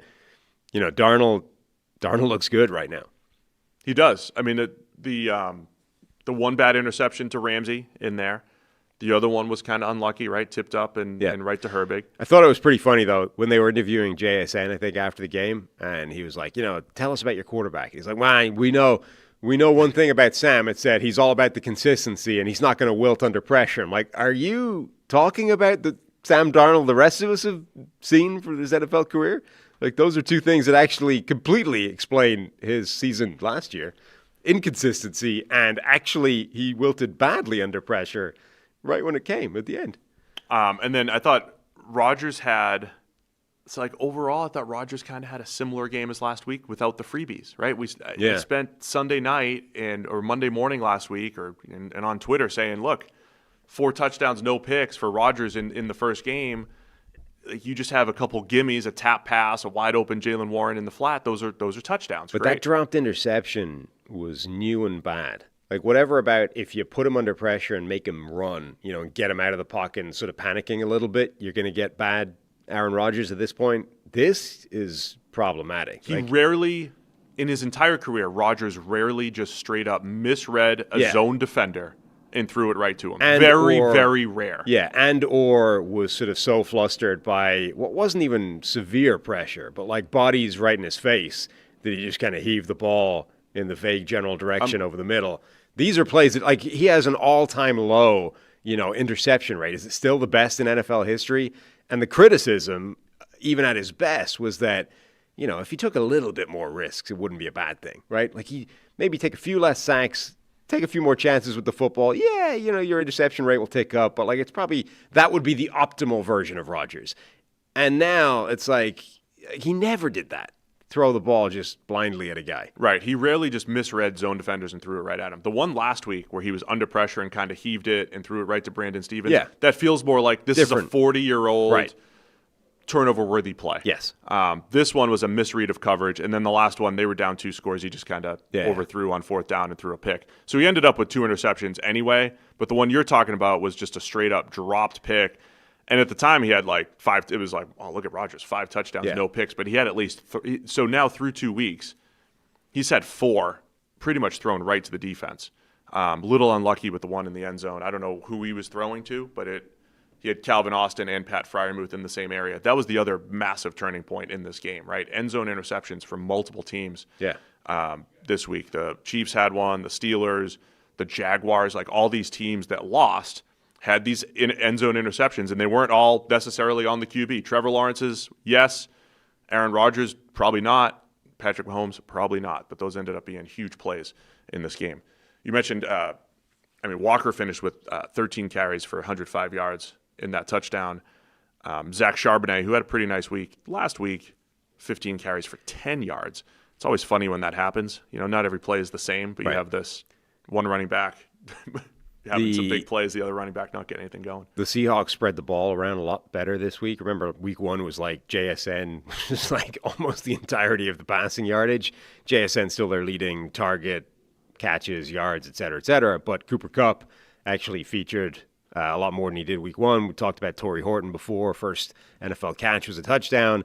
They got more people involved in the offense as well, which is a good thing for them. JSN now second in the league in receiving yards behind Malik Neighbors. Remember last year it was week 7 or 8. He really turned it on, and he looks great, including catching that deep ball, man. It was a 43-yarder on Jalen Ramsey. They don't have a burner out there. JSN's more of a possession type, but to have that stretch the field type of play with JSN, which he's shown the ability to do these last couple of years, I think that was huge for the Seahawks. By the way, Rodgers finishes 18 of 33 for 203. There was a 65-yarder in there to Jaylen Warren. Nice little scramble drill throw by Rodgers, and then Warren broke like 4 tackles. Man, you take that out of the equation here, this passing game, not great at all. So good job by the Seattle defense. I think Pittsburgh still figuring out their rhythm on offense. They haven't really run the ball effectively these last couple weeks. And, see how they bounce back. Mm-hmm. Anything else on this one? Nope. A couple quicker ones here. Buffalo Bills get the win over the New York Jets. Oof. Man, I took the Jets. What was I thinking? 30-10. I think I did as well, actually. You're like, oh, yeah, the feisty Jets. 30-10. Buffalo gets the win. They're 2-0. Jets fall to 0-2. Bills really had this one in hand. They did. So, and you come out of this and you're like, man, we were idiots. Why are we taking the Jets? Not number one. Okay. Later in the game, Justin Fields gets concussed and goes down. So that's part of it. Early in the game, though, so right at the start, Josh Allen does Josh Allen freaky things where they've got him under pressure and he just goes on a 40-yard scramble and like makes everyone look ridiculous. Like Josh Allen's capable of doing that. But the Jets had Buffalo on a 3rd and 19, held them on the play, like made the play, and then a roughing the passer call on 3rd and 19 extends a drive. Buffalo ends up scoring at that drive. Like, that starts the snowball, right? The Jets' defense actually did its job, sort of held, made the play, put Buffalo behind the sticks, and then coughed it up with a roughing the passer. One that didn't need to be made either. Like, he's chasing Josh Allen out of the pocket, and then just late, right? Can't do it. So that's a big thing. Suddenly Buffalo's ahead. That starts it. They did the same thing again on 3rd and 6 later, like not that long after. 3rd and 6, made the play. Defensive holding, extends the drive. I mean, you can't do that. You got to get off the field on those critical 3rd downs against Buffalo. Josh Allen is too good to give him an extra opportunity on the drive. Almost immediately after, Justin Fields fumbles the ball away trying to make a play, and you're like, that's how what looked on paper like it could be a sort of competitive, feisty game ends up spiraling out of control and going in a different direction. Like 2 drives where your defense had a shot of getting Josh Allen off the field and you screwed up both of them. And then when you got the ball, you turn it over and give it right back. Like that, 3 drives essentially goes from, if they all go the other way, which they could easily have, Justin Fields just doesn't cough up the ball. And then you made the play. You actually made the kind of coverage part of it twice and screwed it up with penalties. Like, if they got them off the field in those 2 drives, we could be talking about a completely different game. Instead, Buffalo seized the advantage that they got and then just, like, put, boot on throat. Once Buffalo was up 13-0 early in the second quarter, kind of felt like this could be too much for the Jets. James Cook had a really nice 1-yard touchdown run and then a 44-yarder late in the first half. Cook finished with 132 on 21 carries. Nice game for him. I thought Buffalo, as the Jets' running attack last week looked great. Breece Hall looking fantastic. Buffalo clearly committing to stopping the run. They were attacking the run, extra bodies in the box. Breece Hall just 29 yards on 10 carries, so that wasn't the same. A couple Justin Fields scrambles in there, but he was the leading rusher for 49 yards. They finished with overall decent rushing numbers, but the running backs did not get anything going. Yeah, and you I thought take Buffalo away did a nice job right. there. Fields sort of hides the fact He had that half the the running rushing game, yards. Yeah, he kind of hides the fact that the running game wasn't there. If you take his scrambles out of it, they basically didn't get anything going on the ground at all. And then Fields finished 3 of 11 for 27 yards before he coming out. And, of course, Tyrod Taylor came in and always throws. Immediate touchdown. Always throws a late touchdown. So, yeah, look, as good as the Jets' pass game looked in Week 1, that's how bad they looked in Week 2. Should the Jets just use, could we get like a relief quarterback? Tyrod comes in for like the last 10 minutes of a game, regardless of situation. It's a great does reliever. This 7 for 11 for 50-something yards at a touchdown. Great reliever. No matter what the situation, that's what he's going to do late in the game. Josh Allen had the 40-yard scramble early. Yeah. And then not much else from him. Pretty pedestrian overall stat line. I thought the defense was the story for Buffalo. What was the play when he had to come out and Trubisky came in? He got in the 8 box, and I knew Trubisky came in and zipped a 32-yarder to Josh Palmer, which was impressive. Yeah, he went. He was it scrambling or a sneak or whatever? He went into contact and his helmet got jammed up, and I think just broke his nose or tweaked his nose. Or his head was pouring blood. Because I saw him come out and Trubisky came in and made the play, and I just didn't get the volume up in time to find out specifically what happened. Obviously, I knew he came back in.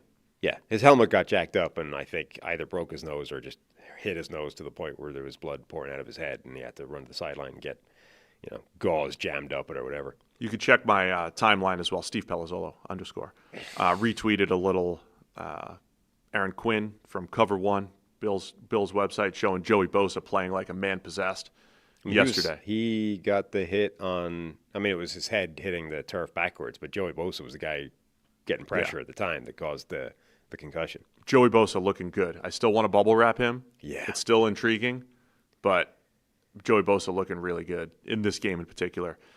Flying around making plays for Buffalo. I was impressed with their defense and their ability to bounce back because, look, the Jets looked formidable offensively in Week 1.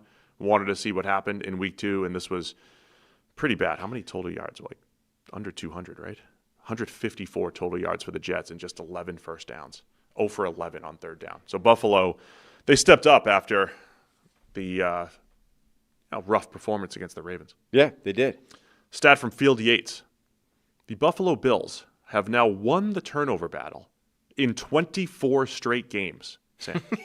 24 That's impressive. Straight games. This is the one they can't keep this up. They can't keep it up. They can't keep it up. And 24 straight games with Josh Allen as your quarterback. It's not like Josh is risk averse here. Right. The guy's going to give you some every This now isn't and again. Alex Smith making sure that you're always going to keep maximize your possessions here. This isn't a knock on Allen. I'm just saying, obviously, he's aggressive. No, awesome. That's impressive. Shout out to Dorian Strong, the rookie corner for Buffalo as well. He's been pressed into action because they've got injuries. Maxwell Harrison been hurt. Tre'Davious White was hurt, although he was back in this game. Remember, like a few years ago, they drafted Kyer Elam in the first round and then Christian Benford in the 6th, and immediately it was pretty apparent Benford was the better corner to the point where I think Week 1 he was the starter over Kyer Elam. Like, I don't think it even took Kyer Elam playing badly to make that switch. I think they'd already made it by the time they got to the regular season. I don't think Dorian Strong's done that yet in terms of, like, unseated Maxwell Harrison or anything. Harrison's just been injured and we haven't seen him. But Strong has played pretty well through a couple of weeks. He was the fascinating profile where, like, his overall workout numbers, I think, weren't great, but he ran like a 6'5" 3-cone or something absurd, like off the charts, insane. Good size. Yeah, and he's big, strong. Like, he was, and his tape was pretty good as well. Like, he's a kind of interesting corner. Another good player that Virginia Tech lost last year. A lot of good players. Low for our Hokies. Leaving Virginia Tech over the last couple of years. I got some breaking news for you. The Check the Mic Superfan membership now includes the members-only live streams. Let's go. We've moved it up Made some a notch adjustments from Insider to Superfan. So if you're going to join the Superfan membership, which is still awaiting a name. We've had some suggestions come in. Check the mic at the33rd-team.com is the email address if you have a better suggestion for what our superfans can be called than superfans. We've had some people suggest like Micers. You know, somebody had something ridiculous that we're definitely not calling it. Circumspectors. You can't, nothing with circum in the name is going to be, that's not a good title. No. You know? No. I feel like we still need some more suggestions. Yeah. So anyway, at the moment it is Superfan, but that's definitely that could change. You could see the commenters in green right now. They're members. They get their own custom emojis and everything. So go check it out. Right where there's either a plus button next to subscribe or there's a join button. It's all in addition to, right? The show's still free. We're still going to do all the same stuff. You just get some bonus. You get some bonus content. You get some bonus access here with the 3 tiers of our memberships. Yeah, the super fans, you're going to get members-only live streams. You're going to get a discount on the merch as well. The Insider, though, I think is where it gets pretty cool because that's where you get your name on the wall of the studio right here. Over there in the corner where the IT station is, where the computer is, we have a whole giant wall that's just there for our insiders to get their names. If you're a big supporter of the show, you can get your name on the wall. And you can see, frankly, look at this masterful camera work here. This man deserves an Emmy, whoever it is that filmed this. There's all the names that we currently have there, our insiders. And then obviously we also have the Howard Hughes billionaire tier. Frankly, almost anything is on the table if you're in that tier. You know, there's some things we put there in terms of actual perks, like you could watch a show from the studio here right now. We could name the studio after you. You know, Howard Hughes would have his name on the wall somewhere. It would be the Howard Hughes Check the Mic studio. You could have your name on this studio. You know, people have their name on the wall over there. Those are the insiders. This could be your studio, right? Are we going to offer naming rights? This could be like the James Francis Check the Mic studio if you are the Howard Hughes billionaire tier. If your name is James Francis. Yes. I was just using that as an example. Could be the Magnus Did Nothing Wrong studio. Right. Never know. Stepstool McGillicuddy. Could be anything you want within reason. Go that way. While I have everybody's attention, I'm teaching a class, smww.com. Go check that out. Sign up for my class. It's still called Proficiency in PFF, but we're just teaching football analytics, teaching how to tell stories with data, smww.com. Go check it out. All right, what's next here? Detroit Lions. All right, Lions fans. Here to pay the bills. You're back. Lions, 100. What'd they finish with? 52? 52-21 over the Chicago Bears. Lions move to 1-1. Bears fall to 0-2. Lions are now third in the league in points per game. Yeah. After almost getting shut down last week, they scored 13 against the Packers. It's another one of those games that makes the Packers look good, given what they did in Week 1. But the Lions looked like the Lions. I mean, the question coming in, the Ben Johnson Bowl, will the Lions look the same on offense without Ben Johnson? We still have these questions about Ben Johnson and Caleb Williams and how they're going to look. This was vintage Detroit Lions offense from top to bottom. And from the first play of the game. I think the very first play of the game was like a big play to Amon-Ra St. Brown. You know, classic, exactly what they've always looked like. This is it. It was our coworker, St. Brown. 3 touchdowns, running wide open through the secondary this entire game. And then it was vintage from top to bottom. Jahmyr Gibbs goes 12 carries for 94 yards. David Montgomery, 11 for 57. Both scored a touchdown. Jameson Williams, 2 catches for 108 and a touchdown, right? He has a 64-yarder wide open through the defense, gets behind the defense for another long touchdown. Tesla's making one-handed catches. Everything that the Lions do, they do it. Tesla is the modern-day Joe Jaravicious. You remember when all Joe Jaravicious did is catch all-time great catches? How does he make a one-handed falling out of bounds catch every week? I have to go, but can he just catch it normally? No, because he's the new Joe Jaravicious. Joe Jaravicious still has at least 2 of, I think, the greatest catches of all time, including my single favorite catch that's ever been made in the NFL, where he tipped the ball to himself around a guy. Like, it was in the end zone, and the corner had position inside him on like a pass that was left too far inside. Those are the kind of plays that are like routinely picked off and it's a bad pass by the quarterback. Jurevicius like gets inside, one arm, tips it to him like up in the air, and then like spins around the corner and catches it on the other side of him. Phenomenal. Isaac Tisla is the new Joe Jurevicius. All he does is catch absolute bangers for big plays. The other vintage Lions stat here. Jared Goff, 23 of 28. 334 yards, only 5 incompletions, and 5 touchdowns. One of those games. The Goff game. He's done that bunch of that. Like Lamar. It's really a Lamar game with a little bit more volume. So Goff looked good again after chucking the ball at the defense 100 times last week. So everything was better for Detroit. Run game looked slick. They were getting dudes into space. Pass protection was excellent as well. Goff looked, fully in control, and it did feel like the Lions just show that they could do it again. Yeah, I mean, look, I think Chicago's defense may end up not being particularly good, so this is part of the, week 1 is what's real, what isn't, right? Week 2 is this real? Like, get a little bit more of an idea, but you're starting to develop an idea of, which things are the asterisks. Miami's defense, probable asterisk, right? Every single offense that goes up against them is likely to look very good. Chicago's defense, certainly with the injuries they've got at the moment, may be an asterisk. So now with the injuries, Nashawn Wright's been starting at cornerback, and I've refrained from my comments that I've given you off air. I don't think he's a great football player. Yes, they're dealing with some injuries, but at the same time, I thought the first half to 3/4 of the game against Minnesota, they did look formidable. Now Minnesota's offense might be awful, right? I know there's a lot of confounding variables, but it did look like the Bears had a defensive front that could create some disruption, but certainly not in this I don't know game. if that's true, though. No. I think in the transient properties things, I think what we're learning is Minnesota's offense might stink, Chicago's defense might also stink, and therefore Detroit's offense that just hung 52 on them, I'm sure the Lions' offense is good. It might not be as good as it looks in this game. So this was yet another game where you're watching the 1 o'clock window, and the team that starts with the ball just goes up 7-0 immediately. Yeah. So the Lions go up 7. They drive down the field pretty quickly, 5 plays, 60 yards. Chicago answered, though.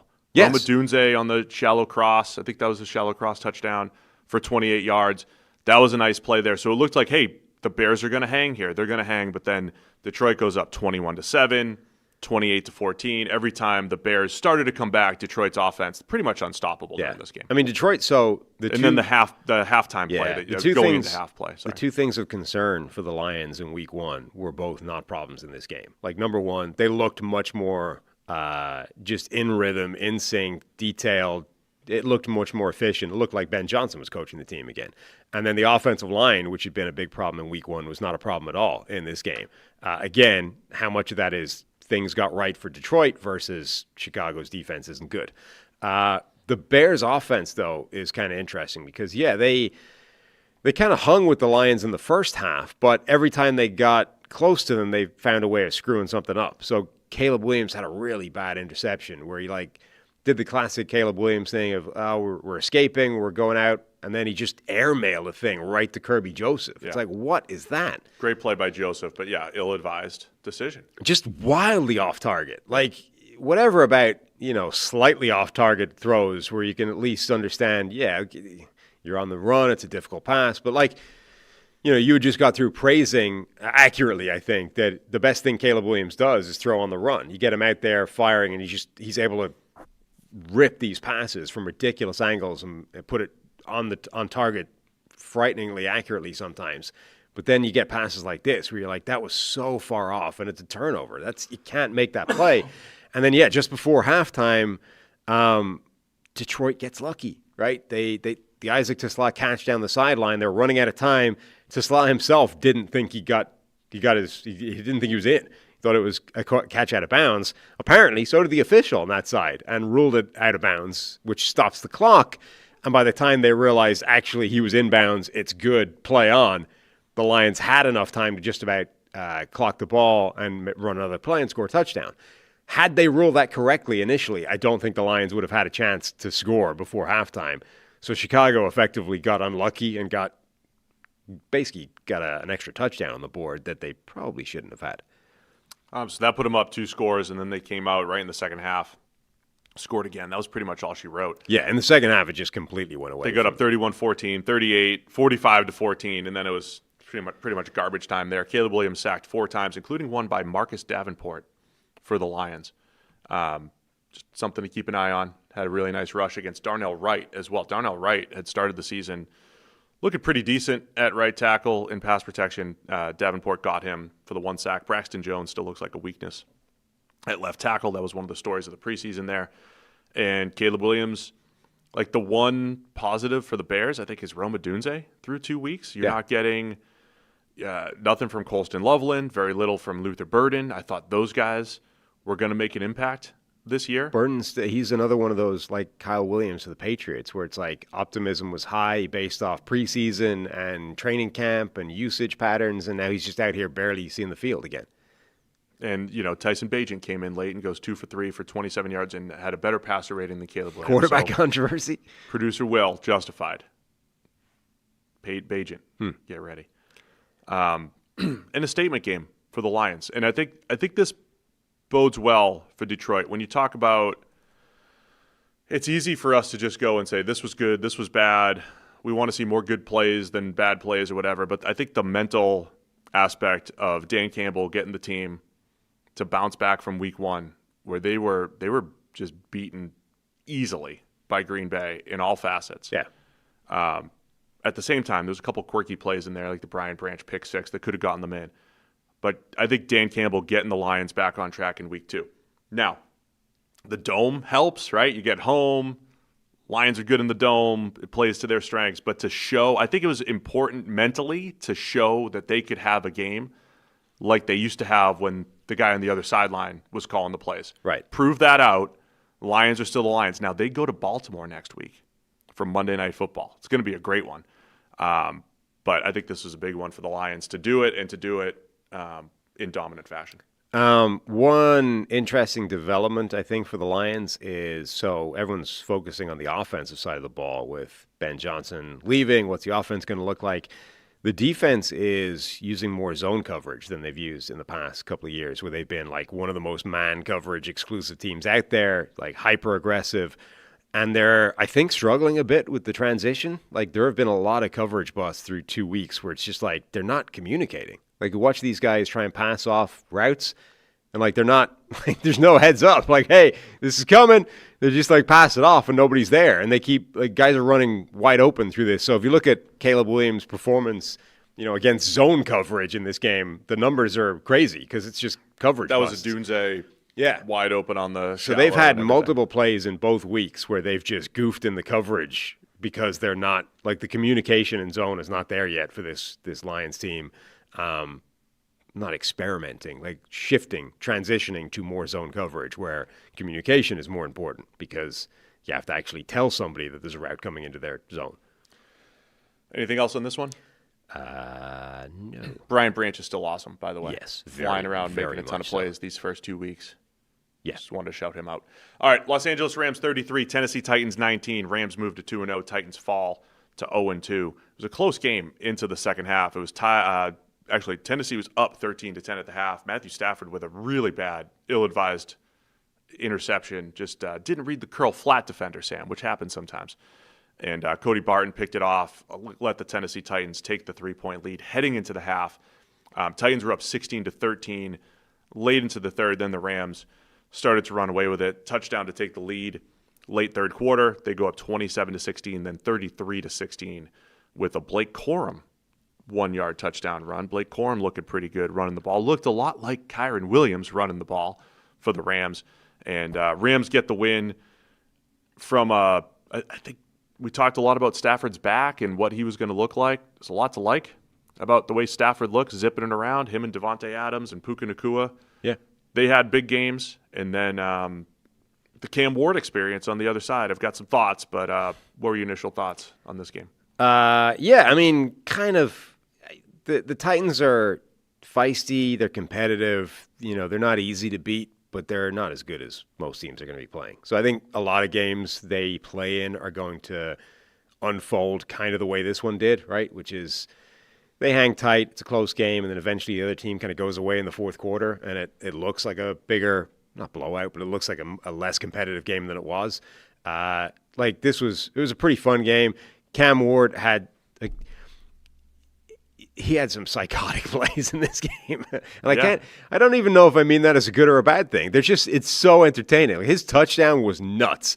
Like, it was 11 seconds time to throw, where he escapes pressure, rolls to his right, does like the full dictionary definition of what you're not supposed to do. He's like pointing, go all the way to the other way, like heaves it back all the way across the field. You're like, this is Brett Favre in the 2009 NFC Championship game. Like, this is the one play they drill into you from like the age of 5 you can't make. And he ends up getting it there. And it wasn't just, a lot of times you see that and the ball barely gets there and it kind of needed the receiver to make the play at the end.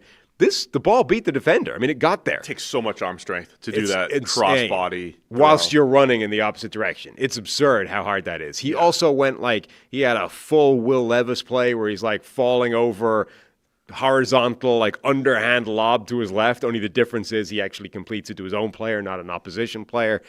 We said this. That play, as he was falling and throwing, it was like it started to go in slow motion. Yeah.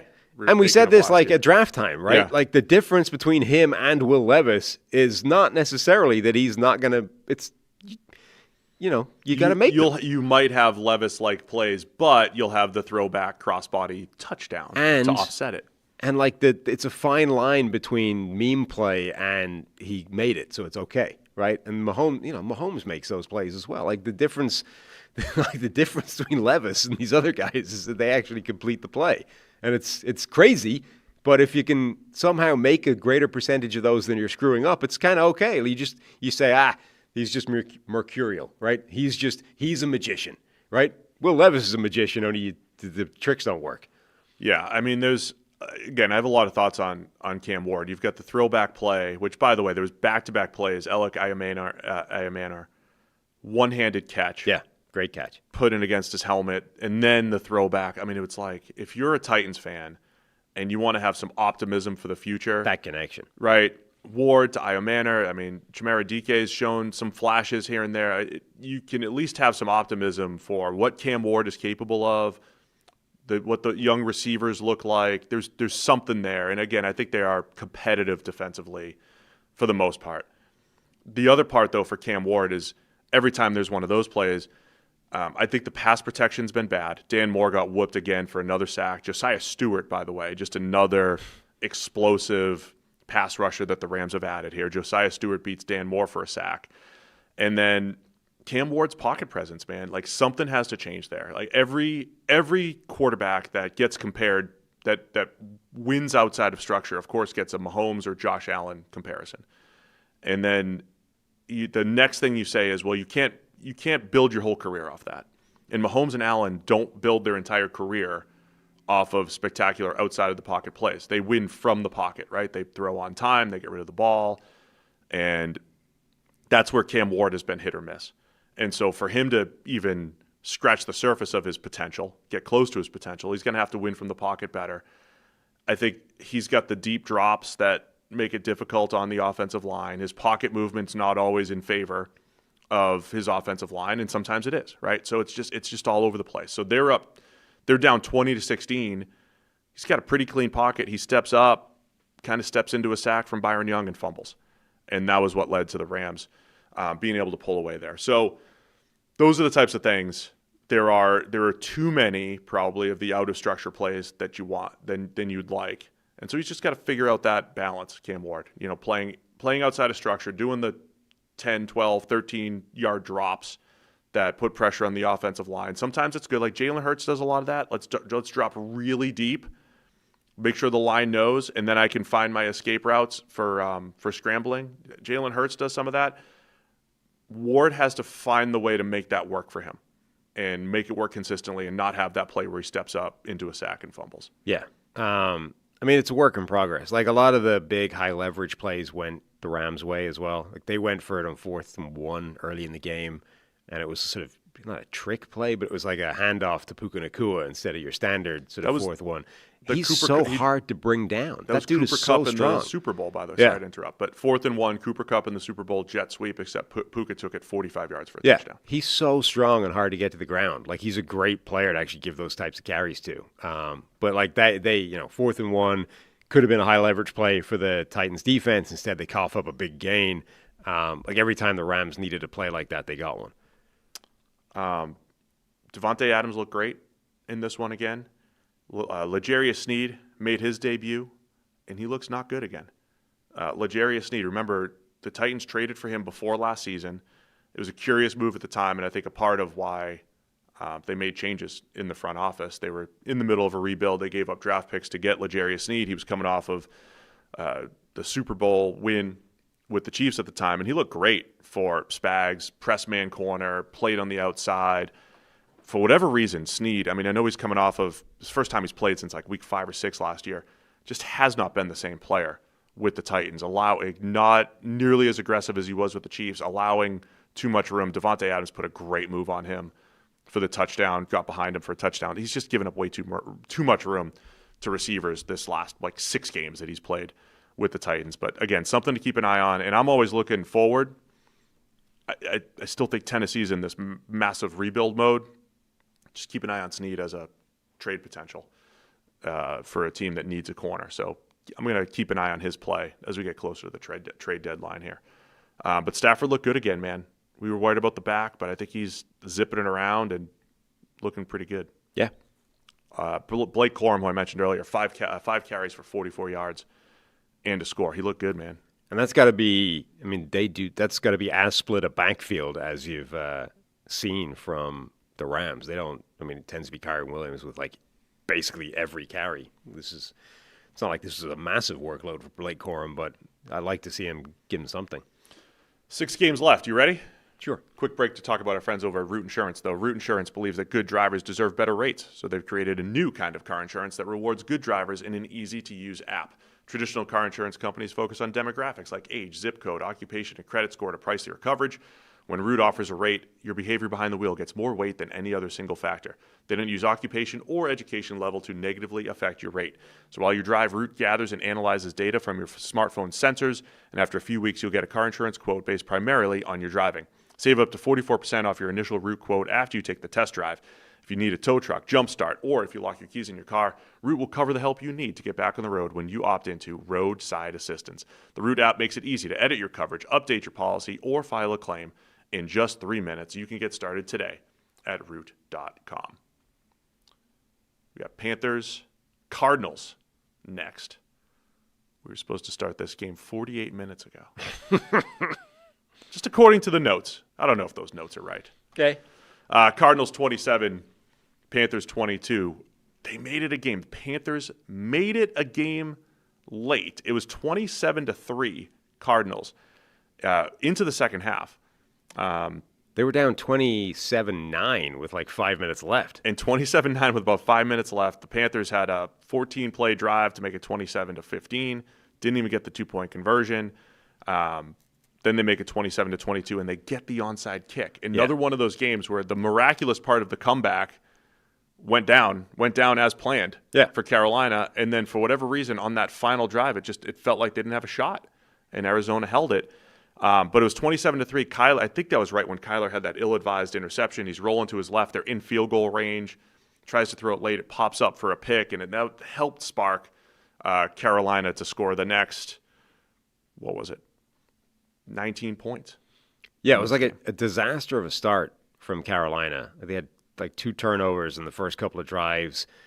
Looked awful. Arizona gets out to a lead. It's kind of a comfortable, dominant performance by them. It's not, scintillating on offense, but they were putting up their points, and they held Bryce Young and the Panthers to almost nothing. And then, like late in the game, Carolina gets a score, and it's generally not completely out of the realm of possibility. And then they execute this crazy comeback with 5 minutes left, which includes the onside kick. The Cardinals botch the onside kick. The ball ricochets off one of the up guys trying to make the block, and Carolina is able to jump on the ball. And then, it stalled. It's like sometimes you get these games where it sort of feels like one team takes their foot off the gas because they've got it so far in command. And then by the time they realize, we need to put our foot back on the gas again, it's kind of hard to restart that. This almost felt like that, where by the time the Cardinals defense realized that actually this is getting close again, it was too late to kind of kick back into gear until that very final drive. This was the Cardinals defense that I was expecting to see coming into the season too. Some disruption. They forced a fumble, strip sack on Bryce Young early that led to them getting up almost right off the bat. They're up 7-0 like a minute into the game, and then forced an interception under pressure. Bryce Young trying to do too much under pressure. Another back-and-forth game for Bryce where I thought he did a lot of good stuff, but the turnovers. Like last week, his worst plays were turnovers. This week, his worst plays were turnovers, but it's not – I always have to preface this. It's like it's not deer in the headlights, incompetent Bryce Young. There's some bad plays in there. It's kind of volatile Bryce Young where he's turning it over. He's fumbled a couple times these last couple weeks and put the ball in harm's way a few times, but he's bounced back and made some plays down the field and at least but it was like, had a chance to get the Panthers back in. But until it became really close at the end, like basically until the onside kick, I was kind of wondering, okay, he's going to have the game that I was actually asking for. Like at some point, is he just going to put up 300-plus yards and, a game that looks good statistically, even if it, regardless of whether it's actually good or not, really. He actually had that game. But then I'm kind of wondering, like, how much of this is actually garbage time? And the Cardinals have basically just eased up a little bit, and Bryce Young is able to put up 300 yards. But then garbage time suddenly became a game again once they get the onside kick and they made it like they could actually do this. And then Arizona shut down again. So they sacked Bryce 3 times. I thought they had some pretty good pressures against him. Arizona, I liked the way they played. Kyler Murray finished 17 of 25 for 220. Touchdown, and again, that interception that kind of let Carolina get a little bit of a spark, get back into the game. I felt like Carolina's linebacking core that has not been great or didn't look great on paper coming into the season. Middle of the field was wide open throughout much of the game. Trey McBride had a really nice game for the Cardinals. He had 6 for 78. Didn't really get Marvin Harrison Jr. again. There was a drop in there and a comeback, but 2 catches for 27 yards. Little tip pass when they try to fade in the end zone, as always. Mm-hmm. I just thought Arizona took advantage of Carolina in the middle of the field. They took advantage of those turnovers and then held on at the end. Yeah, they did. We saw the thing we were talking about with Ike Ekwonu was back in the lineup. Did not play well. Was a problem, I think, in terms of pass protection off the left side. Arizona got some real joy. Baron Browning had a really good game. They got some pass rush going, but like this, Ike's back in the lineup, but an appendectomy is a thing that could cause problems in play even after the guy's playing. So I think that was part of the issue. Carolina's defense just isn't good. It's not enough talent there. Derek Brown had a good game. Players here or there are having good performances, but the overall unit just isn't strong enough. Our friends at True Media had Ike Ekwonu with 8 pressures allowed in his return.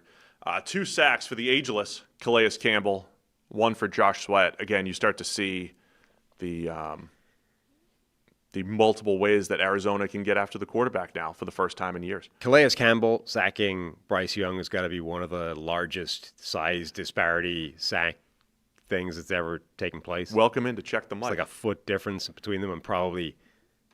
Do you see the tweet I tagged you in? Aditi interviewing Calais? What do you think? There's got to be how much do you think Calais weighs now? There's probably 120 pounds between the two of them. That's it? I mean, if he's $3 bills. He's probably 310. 310? 6'8", 310. Yeah. What's his list weight? I don't know. Whatever it is. It's not. From 18 years ago when he entered the league. Where he was sort of almost an edge rusher. I mean, if I'm almost $3 bills, he's 315 listed. Oh, he might be 320, 325 then. You got to add a little bit of weight. Okay, well then there's 140 pounds between them. Are you guessing? As well as a foot in height. Between and Bryce Young? Yeah. I thought you were guessing Aditi's weight. No. I was going to say, that'd be disrespectful here on the show. No. I know you're big into weight and height disparities. I just think it's kind of funny. Anything else on this one? We got some. So Arizona moves to 2-0. Yep. They held on late. Carolina falls to 0-2. I think at this point, Teterow McMillan, by the way, looks like a go-to guy. Yeah. The concern for me, they got did Renfrow end up with 2 touchdowns in this game? 2 touchdowns for Renfrow on 7 catches. He's what he is. They got Jatavian Sanders involved a little bit. It was Xavier Leggett. Yeah. 8 targets, 1 catch for -2 yards. You're just you're not getting the type of support. McMillan looks like the go-to guy and a legitimate number 1 receiver for them, including a one-handed catch that was out of bounds that looked sweet. So McMillan good. Need those complementary pieces to come through here. They could use a guy like Adam Thielen. Yeah, it is kind of surprising that they're just getting nothing from Leggett. Even if you say, look, he's a limited receiver that's not going to be a number 1 or a dominant force, he was overdrafted, his skill set should still play in a role, and they haven't got that role from him at the moment. They're getting nothing from him. Nothing. Actually, negative nothing if it's -2 yards. We kind of liked Arizona coming into the season. They're 2-0 now against probably the worst 2 teams in the NFC South. Right. We don't know if Carolina doesn't improve their pass rush and, if things don't get better here, they might be at the bottom end of the league. We think the Saints will be at the bottom end of the league. So I've been impressed by Arizona overall. They've been fine, but, want to see them as they get into the meat of the schedule. I think they've got first place battle next week. I think they have the Niners. Yeah, they go to San Francisco next week to play the Niners, 2-0 versus 2-0 in the NFC West. Anything else on this one? Nope. Where are we? Lost my spot. Speaking of the 49ers, could have been so smooth. 49ers moved to 2-0 with their win over the Saints. The final was 26-21. Mac Jones gets the win in his first start for the Niners. Saints fall to 0-2. And pretty good game. Saints had another chance at the end, but the Niners shut it down. Bryce Huff with the strip sack to finish it. Yeah, proving once and for all that had Kyle Shanahan simply been allowed to draft Mac Jones 3rd overall, they would have been Super Bowl bound. It's weird for the 49ers. They are now 2-0. Both games have been on the road, and yet everyone in the offense is hurt. In a weird way, this has been fantastic for them to be still winning with so many people missing and so many key players down. This was a good win, a good performance from them, considering that. Christian McCaffrey is still being used a lot as a true receiving weapon, slot alignments in the end zone or in the red zone, that kind of thing. Bryce Huff, as you mentioned, being back as a true situational threat at the end is huge. Nick Bosa had another one of those, 3rd down, late in the game, statement type of plays, go win the game. Critical back-to-back. With help from rookie first-rounder Micah Williams, who was inside him, bull rushed the guard, helped set up Bosa. That was a pretty nice little rush by the Niners. Yeah, critical, back-to-back weeks. He's made critical down, late game, sort of almost ceiling plays. And again, Spencer Rattler played okay for the Saints. This was a great result and performance given the situation for the 49ers. And the Saints, again, I think acquitted themselves pretty well. Yeah, I like the way the Niners have used McCaffrey. He had the most catches for the 2nd straight week, not the most yards, but nice little corner out in the red zone for a touchdown. They kind of have to at this point, given who they've got left. That was what we told them. That was our solution last week from Root Insurance. So Mac Jones with the 3 touchdowns found Luke Farrell in the flat for 1. Juwan Jennings, 42-yarder, running through the defense. So it kind of felt like some, Kyle at it again, scheming up some good plays. And I thought Mac Jones made some big throws on 3rd down as well. They were 8 for 15 on 3rd down, the Niners. So it was a good performance by them, especially considering everything they're dealing with. Juwan Jennings and Ricky Pearsall are a really nice 1-2 punch, but when you think about the way this team has been built and you want to have Ayuk and you want to have health across the board, they don't have it yet. But Mac Jones holding the fort pretty well. Defensively, Micah Williams, I mentioned, I thought he had some flash plays in there. Tackle for loss in the backfield, had a sweet play standing up the tight end and tracking down the running back. Just rookie first-rounder showing, I think, glimpses of his potential.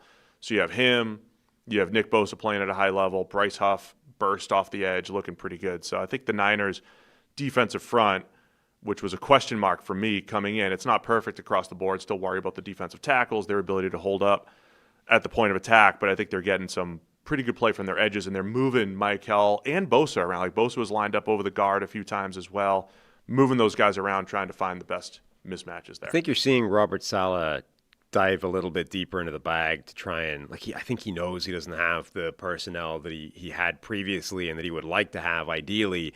So I think you're seeing him experiment more with moving guys around. I think you're seeing him blitz people more than he would normally. Like Upton Stout, I think, had a couple of pressures in this game, that type of thing. And then you still have, Nick Bosa's awesome, and Bryce Huff looks like he's back being one of the best situational pass rushers in the game. And there's so much value to that. It was such a weird failure, him in Philadelphia. But Bryce Huff, either side of that, now looks like, a hugely valuable player. You have the greatest receiver in the NFL, Rashid Shaheed, had a one-handed catch and a touchdown. Nice. Jawan Johnson, high volume of targets once again. He had a touchdown in there. And Devon Bailey, a little 3-yard touchdown on the slant as the Saints made a comeback through 2 weeks. Spencer Rattler looking pretty good. Had comeback attempts both weeks that failed. But if you're comparing him to the other fellow second-year quarterbacks, I think Drake May might be playing the best out of all of the second-year quarterbacks. Jaden Daniels, one good game, one not so good. Spencer Rattler's playing pretty well right now. And, so the weaponry he's got around him is pretty good. The offensive line is still not. He's doing this he's got help, at least in one of his pillars, I think, with receiving core. The other pillar, in terms of pass protection, I think is pretty ropey. So, he's playing above the level that you would think is viable within this offense. It broke down on him a bit yesterday, for sure. So the 49ers, 2-0, headed to the showdown next week with the Arizona Cardinals. Let's go Baltimore Ravens and Cleveland Browns. A sneaky 41-17 finish for Baltimore. This is a close game. Sneaky. Until it was no longer a close game. 10-0 right off the bat from Baltimore. They got up 20-3. Cleveland tried to get back into it, and then it was 27-10, 34-10, 41-10, until Dylan Gabriel had a garbage time touchdown to Dylan Sampson, rookie to rookie, to get on the board there. But Baltimore, look, we talked a lot about their early season schedule. They have Detroit next week and then Kansas City coming off that heartbreaker. Wanted to see how they bounce back. It was a very Baltimore-like game. Their stars played like stars on defense. Lamar made some big plays and, had a quiet 4 touchdowns in this one. Quiet.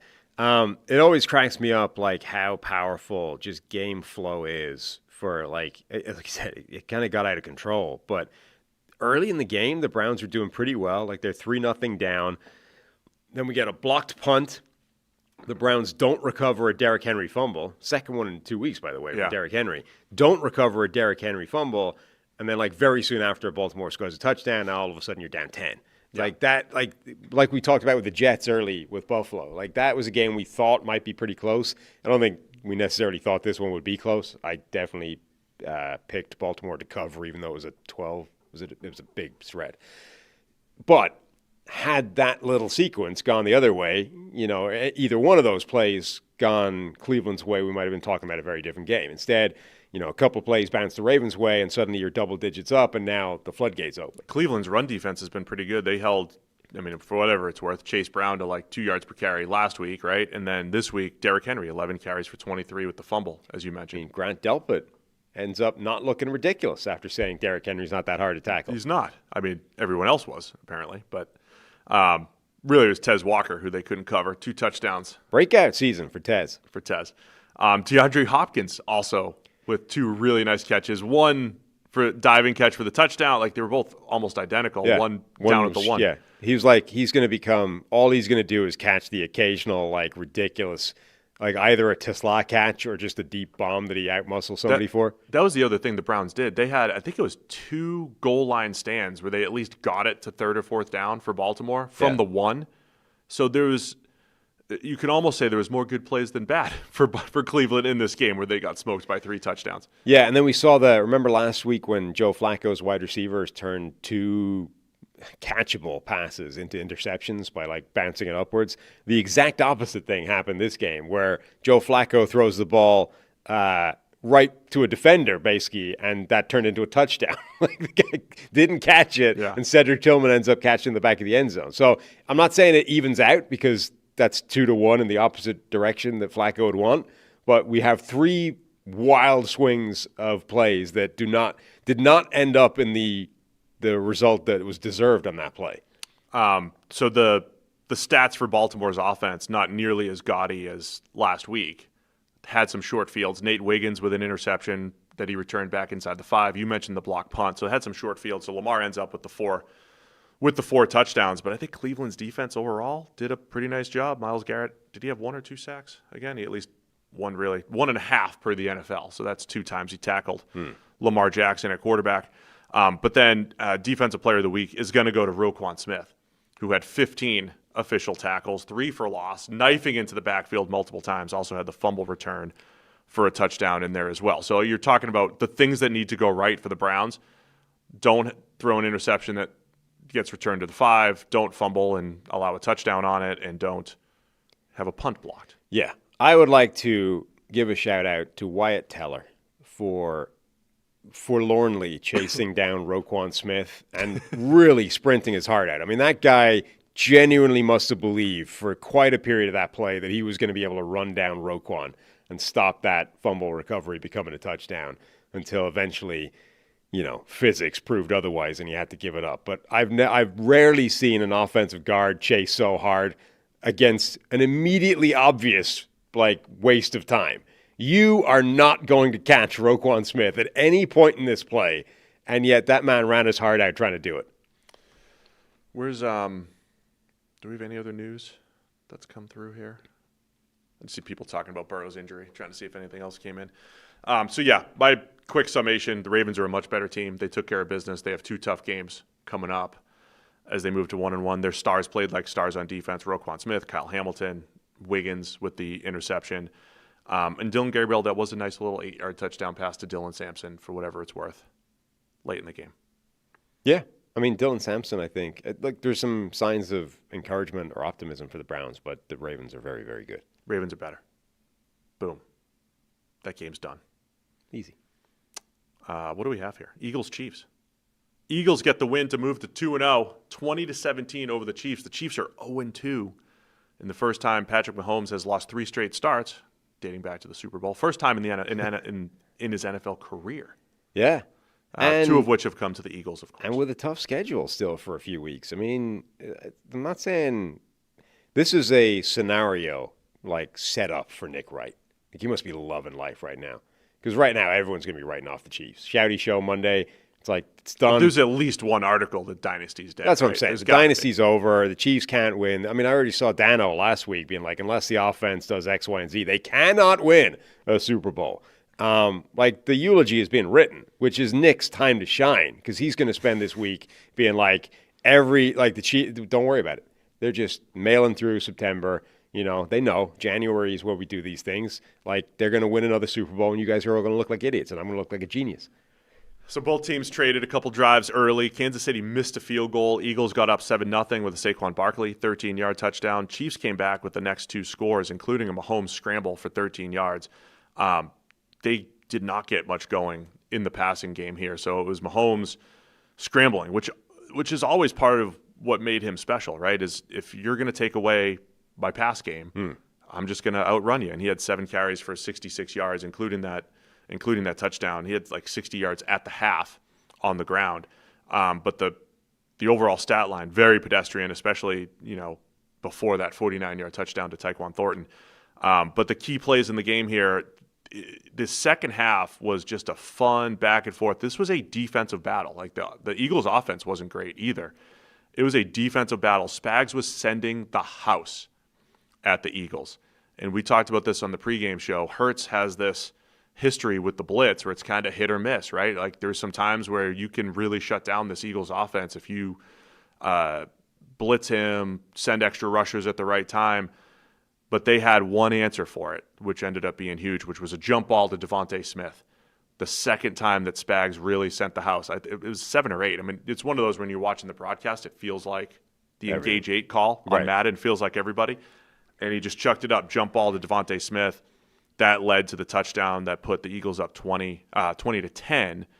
And then the other key play here is every time the Eagles get to 1 yard, you got tush push, and if you have multiple shots at it, like the Chiefs stopped it twice, but it was on like second or third down, so you have to stop it again, and it's really tough to stop. So if they have more than Jalen Hurts with 9 carries for 15 yards, including his kneels. If they have more than one shot at that play, it's almost impossible to stop them, like getting the yard. But there was one I think they had. It was a long one, and they got like 3/4 of the long one. Then it was inches to go on the goal line, and they got it. I mean, it's just good luck stopping that twice. I also think, look, whatever about banning the play, I think we've reached a point, though, where they need to start officiating it correctly. I mean, the Eagles are, let's say, charitably pushing the boundaries of the rules when it comes to offensive offside, so the offensive lineman lining up essentially ahead of the ball, and false starts. Like there's one of those plays where, multiple ones actually, where both guards jump the snap. Now, okay, it looks obvious when it's like super slow-mo and we're talking frame by frame, but it's obvious enough live that they're going ahead of the ball, right? And we can talk about whether the play itself should be banned because it's an unfair whatever, but like you're not calling the rules anymore. At least, make them earn it the way you should be earning it and not cheating the other elements of the rules as well. It's genuinely unstoppable if you're literally not going to call them for lining up offside and jumping the snap. There was one of the touchdowns. It did look like a false start. Was that a false start the same way Jawan Taylor always looks like a false start? Like it was perfect timing? It did look like somebody moved early on the Eagles on their I'm not sure, but it's a fourth and goal, 4th and inches. Yeah. Tush push. They are regularly cheating is a strong term. They are regularly, I think, stepping over the rules when it comes to offsides or false starts, whether or not it happens on each specific tush push play. So a couple big plays in this game. High level, this felt a lot like last year's Chiefs games, where it was it's a defensive-minded team. This is Mahomes' team, but it's a defensive-minded team. Keep them in this game here. First drive of the second half, the Chiefs they had 3 completions for 9 yards, and they had a 4th and 1, right? So because it was dink and dunk. It's 4th and 1. They go for it on 4th down. Philly makes the stop. Felt like it was going to be a pivotal point in the game where they're giving the Eagles unbelievable field position. And then Spags and the Chiefs defense, they get a sack, and they knock the Eagles out of field goal range. I think they ended up punting. And so it really was a great defensive battle back and forth. The difference this year for the Chiefs is they're calibrated to lose by 3 instead of win by 3. This is what we talk about when we say the close games. When's it going to stop? And sometimes it's not within a season, because now technically the Chiefs are 0-2 in one-possession games after going 11-0 or whatever it was last year in the one-possession games. Those few plays are going the other way now. And by the way, it was only a one-possession game because he did hit Thornton on that bomb. And then, of course, the play of the game, the very best Chiefs drive. They get it all the way down into the red zone. Mahomes puts it right on Kelsey's hands. They're so funny watching them play because there's so many plays where you're like, man, they're on the same page. And by the way, Kelsey looks quick and it looks slick, right? Running his routes, and after the catch, he looks better than last year. Yeah. And there's so many plays where Mahomes throws it early and Kelsey's boom, he's ready for it. This one looked like he was either Mahomes was a tick early or Kelsey was a little unsure, but it put it on his hands.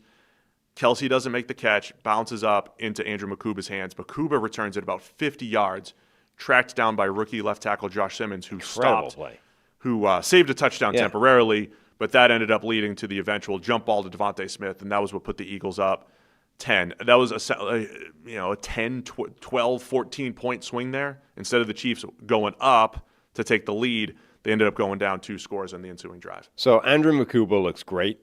He looks like a real find for that defense. Shout out Drake Holiday in the chat. Really nice play by him, albeit one that obviously Kelsey contributed to. Incredible play by Josh Simmons to run him down and save a touchdown. Amazing performance. The Kelsey thing, it's weird because he physically looks better than he did last year. However, through 2 weeks, he has bobbled the ball into an interception. This one, He's taken out his own wide receiver by running mesh at a bad depth, and he hesitated running a shallow cross where it should have been a touchdown in the end zone if he just run through the ball. So through 2 weeks, he's had a turnover, should have had a touchdown, and taken out one of the most important players on offense. Proprioception when you get Wild, older. rough start for Travis Kelce. Your spatial awareness goes. It's the first thing to go in your late 30s. I don't know if that's going to get, that's just 3 massively problematic plays of this Chiefs offense. Mahomes is putting his body a lot on the line in the first 2 weeks. And he said, he was talking about it before this game, he usually saves this kind of thing for December, January, where they really need it. And he feels they really need it now. And I don't think he's wrong. If Mahomes wasn't taking off, scrambling, trucking guys like Makuba, doing whatever he could, they would be getting blown out of these games. The only thing keeping them in the games is Mahomes making ridiculous things happen, largely with his legs. As a passer, the game just isn't there at the moment. Obviously, a huge part of that is, look who he's throwing to. He doesn't have the receiving help right now, particularly if Travis Kelce is going to turn, positive plays into interceptions or into non-touchdowns. They are in trouble, the Chiefs offense. Now, they're going to get some reinforcements. They're going to get players back. It's not all bad, but, even Mahomes, who I think is doing what he can to elevate the play of everyone around him, he also has a wide open, Tyquan Thornton. You will not have a receiver more. 5 yards. Was 20 yards behind the defense, and he outthrew him by about 10 yards. Look, the Eagles' defense overthrew him. Did a really good job here overall, and they did it differently than they did it in the Super Bowl. Remember the Super Bowl, the stat coming out of that game was that they didn't blitz him once. Not one time. Now, I think depending on how you record a blitz, we can debate that. But anyway, the stat was they didn't blitz him once. They blitzed him a reasonable amount of times in this game, double-digit times Philadelphia blitzed Mahomes, perhaps thinking that they just don't have the weaponry. Why not throw it at him? But there was that sequence where late in the game, they dropped coverage completely on Tyquan Thornton twice or 3 times.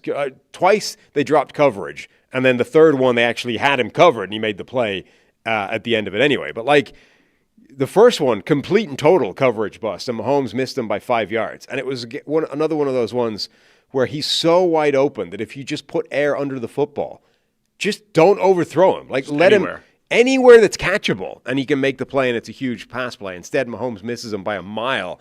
And it's look, I understand, you're making miracles happen back there, but it's a deep ball, but it's a layup relative to these other plays you're making. Just throw something that's catchable. Mahomes had him on third down on a double move earlier in the game too, and I thought just overthrew him and missed him.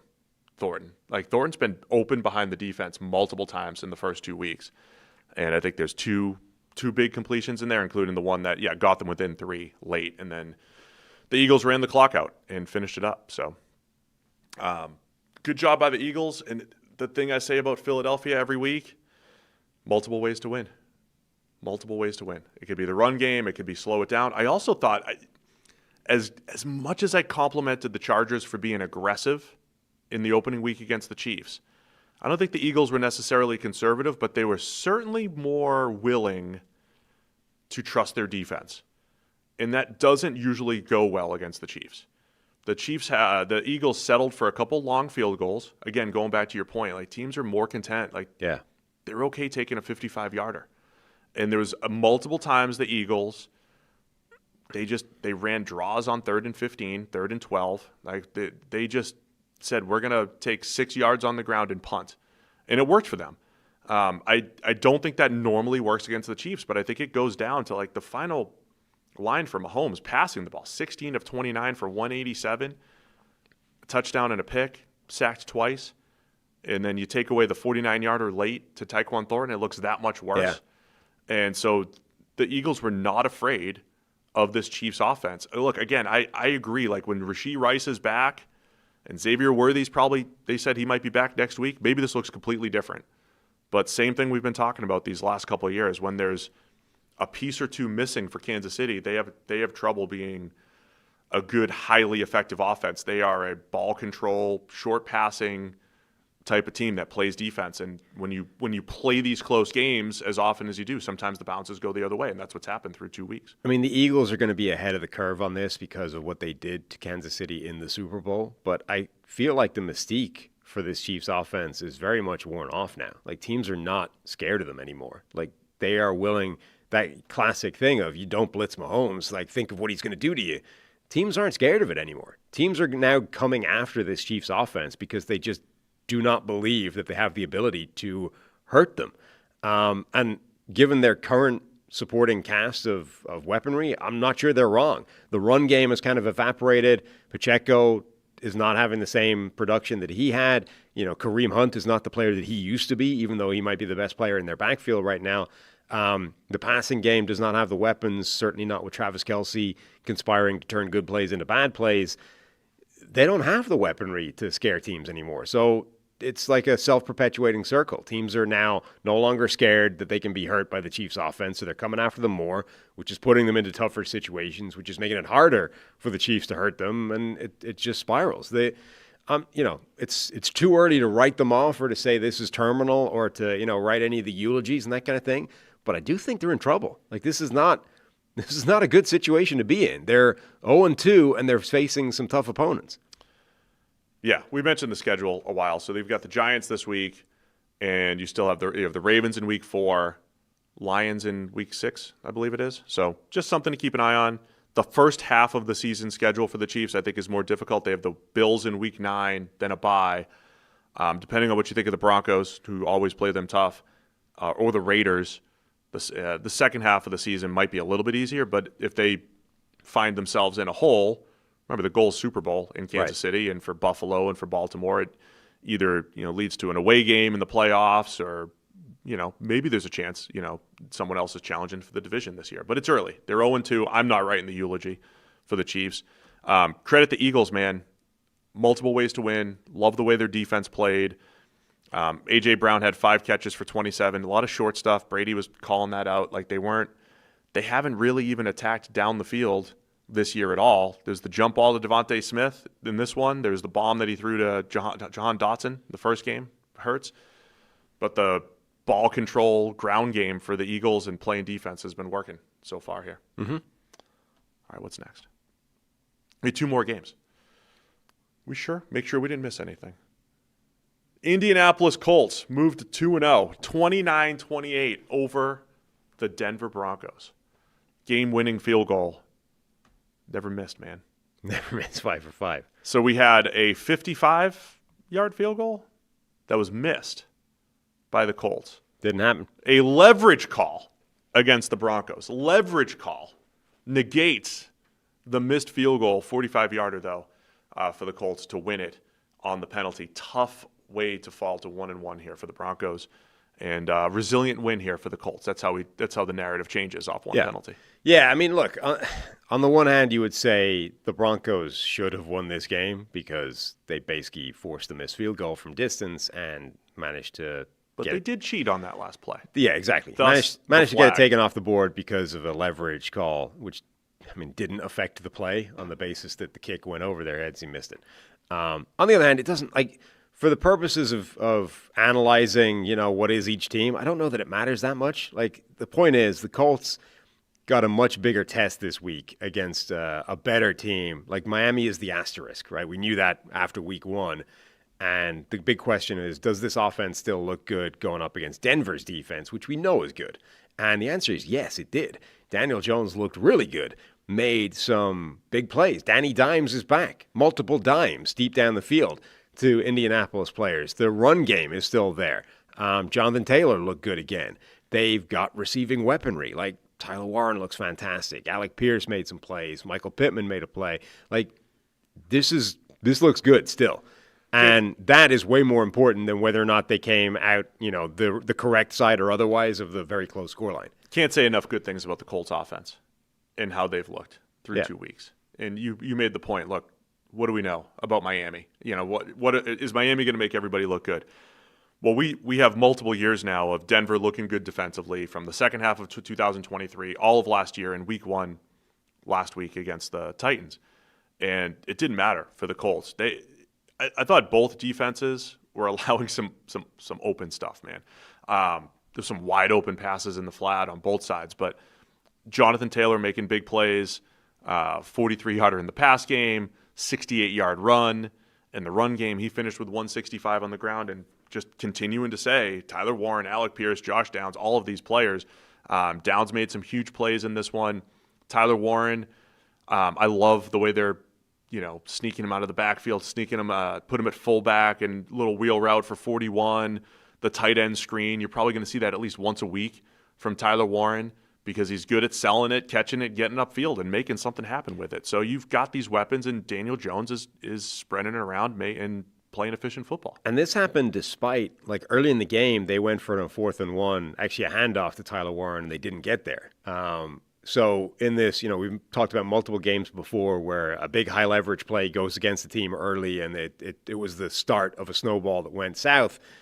The Colts had a big play go against them early, a high leverage 4th and 1. They turn it over on downs, and they still did really well on offense. So, hugely impressed by that side of the ball for them. The missed opportunities for Denver. I don't have them all listed here, but there's a couple. Denver makes a stop, 4th and 2 at the 50, and they declined a hold, which is interesting, right? In today's NFL, would you rather have 3rd and 12 or 4th and 2? And a lot of people would take 3rd and 12 because you think teams are going to go for it on 4th and 2. In the old days, you always take the 4th down, especially if they're not in field goal range because you're expecting a punt. Denver ends up making the stop on 4th and 2, so they get great field position, and they're up 5, I believe, at that point. And then Bo Nix, I don't know what happened on the route, but he overthrow, interception by Cameron Bynum, and they had life. Broncos were up 2. And Lutz, the kicker, doinks a field goal. So the Broncos missed field goal, interception after making the stop at the 50. They had some opportunities, and then, of course, the missed field goal where they had the leverage play to negate it. So from a Broncos perspective, this is one I think you're going to look back on, depending on what happens at the end of the season, battling the Chiefs, the Chargers for the division, whatever happens with the wild card. This is a heartbreaker for the Broncos, given the opportunities that they had. Yeah, it is. It was definitely a missed opportunity for them. Obviously, I think the real flaw is they went away from Troy Franklin, which is Franklin breakout season, uncoverable in the game. Admittedly, some of the uncoverableness was, I think more down to the defenders than it was to him. But he's always open. We don't ask questions why. Troy Franklin.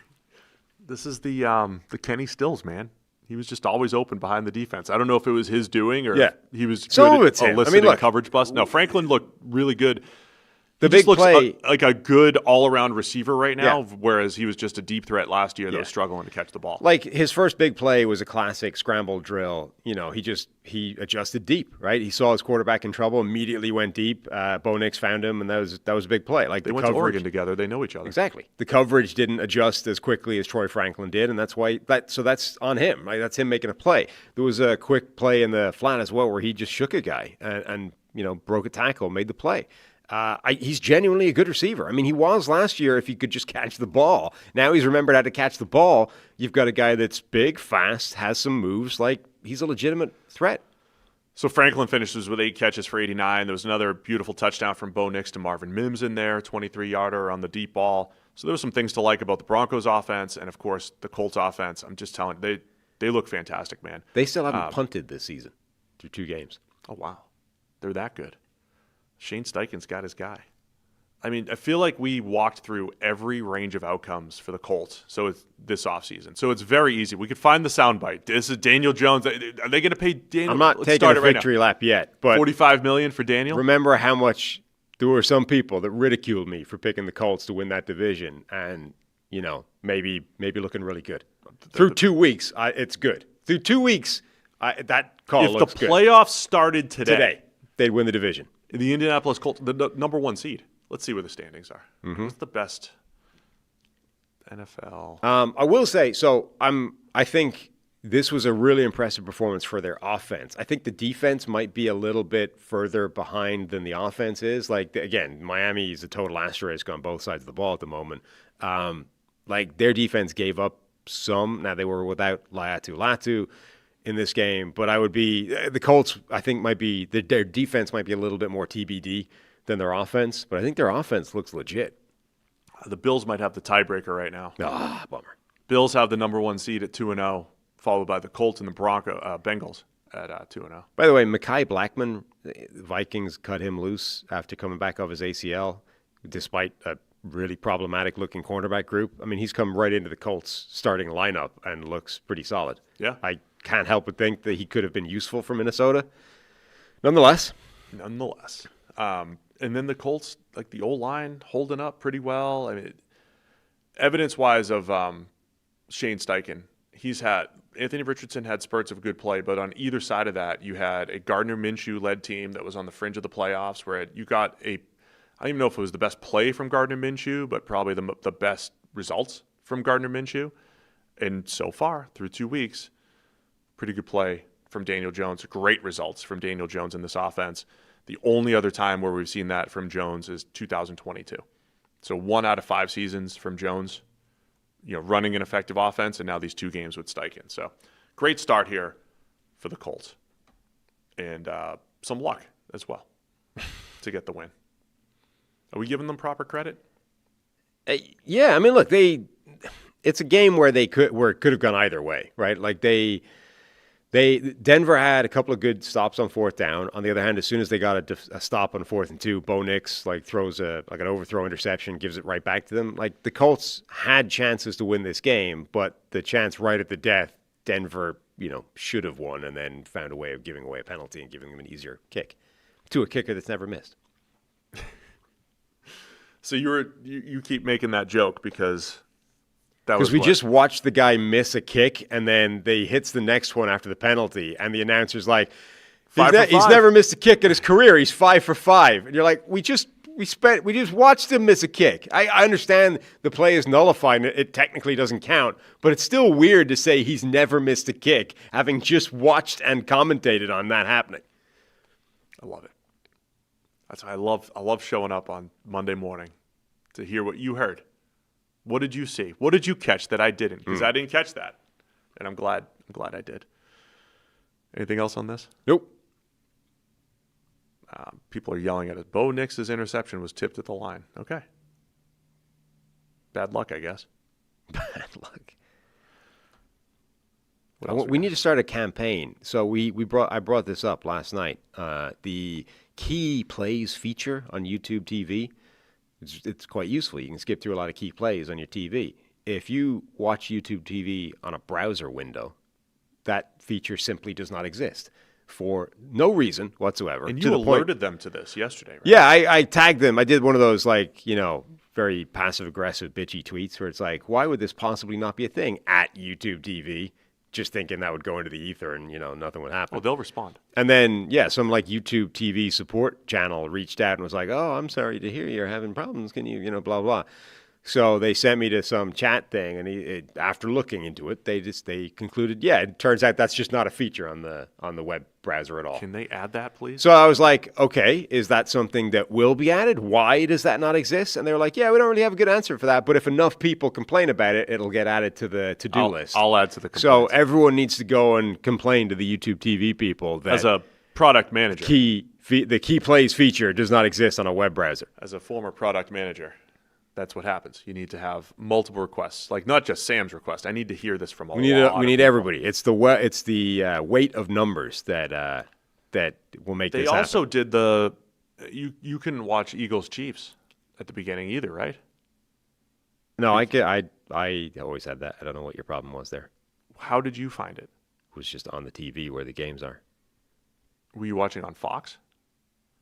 Because my Fox, so Eagles Chiefs was the main game on Fox.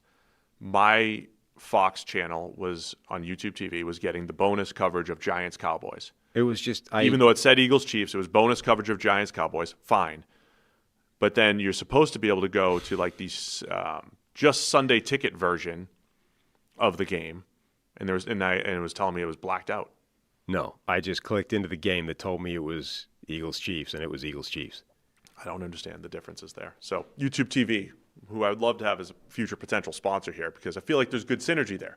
Us with all of our NFL fans, you having all the NFL games, but you let us down a couple times yesterday. I'm just saying, let's just not lose focus here. The thing we need them to do is to create the key plays. And I should feature. never have a game blacked out. I paid to watch every game. Stop. And they're telling me I got you're blacked muddying out. the waters.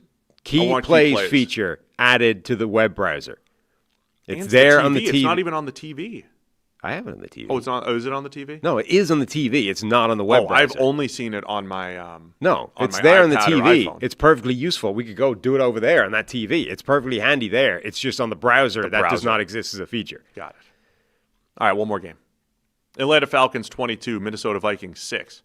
Sunday Night Football. Old school throwback, run the ball like crazy game. Bijan Robinson, only 6.5 per carry? Felt worse. And it's now technically Bijan again, having been Bijan for 5 minutes. It's Bijan for a minute. He decided, you know what? I actually decided my name's not pronounced that way.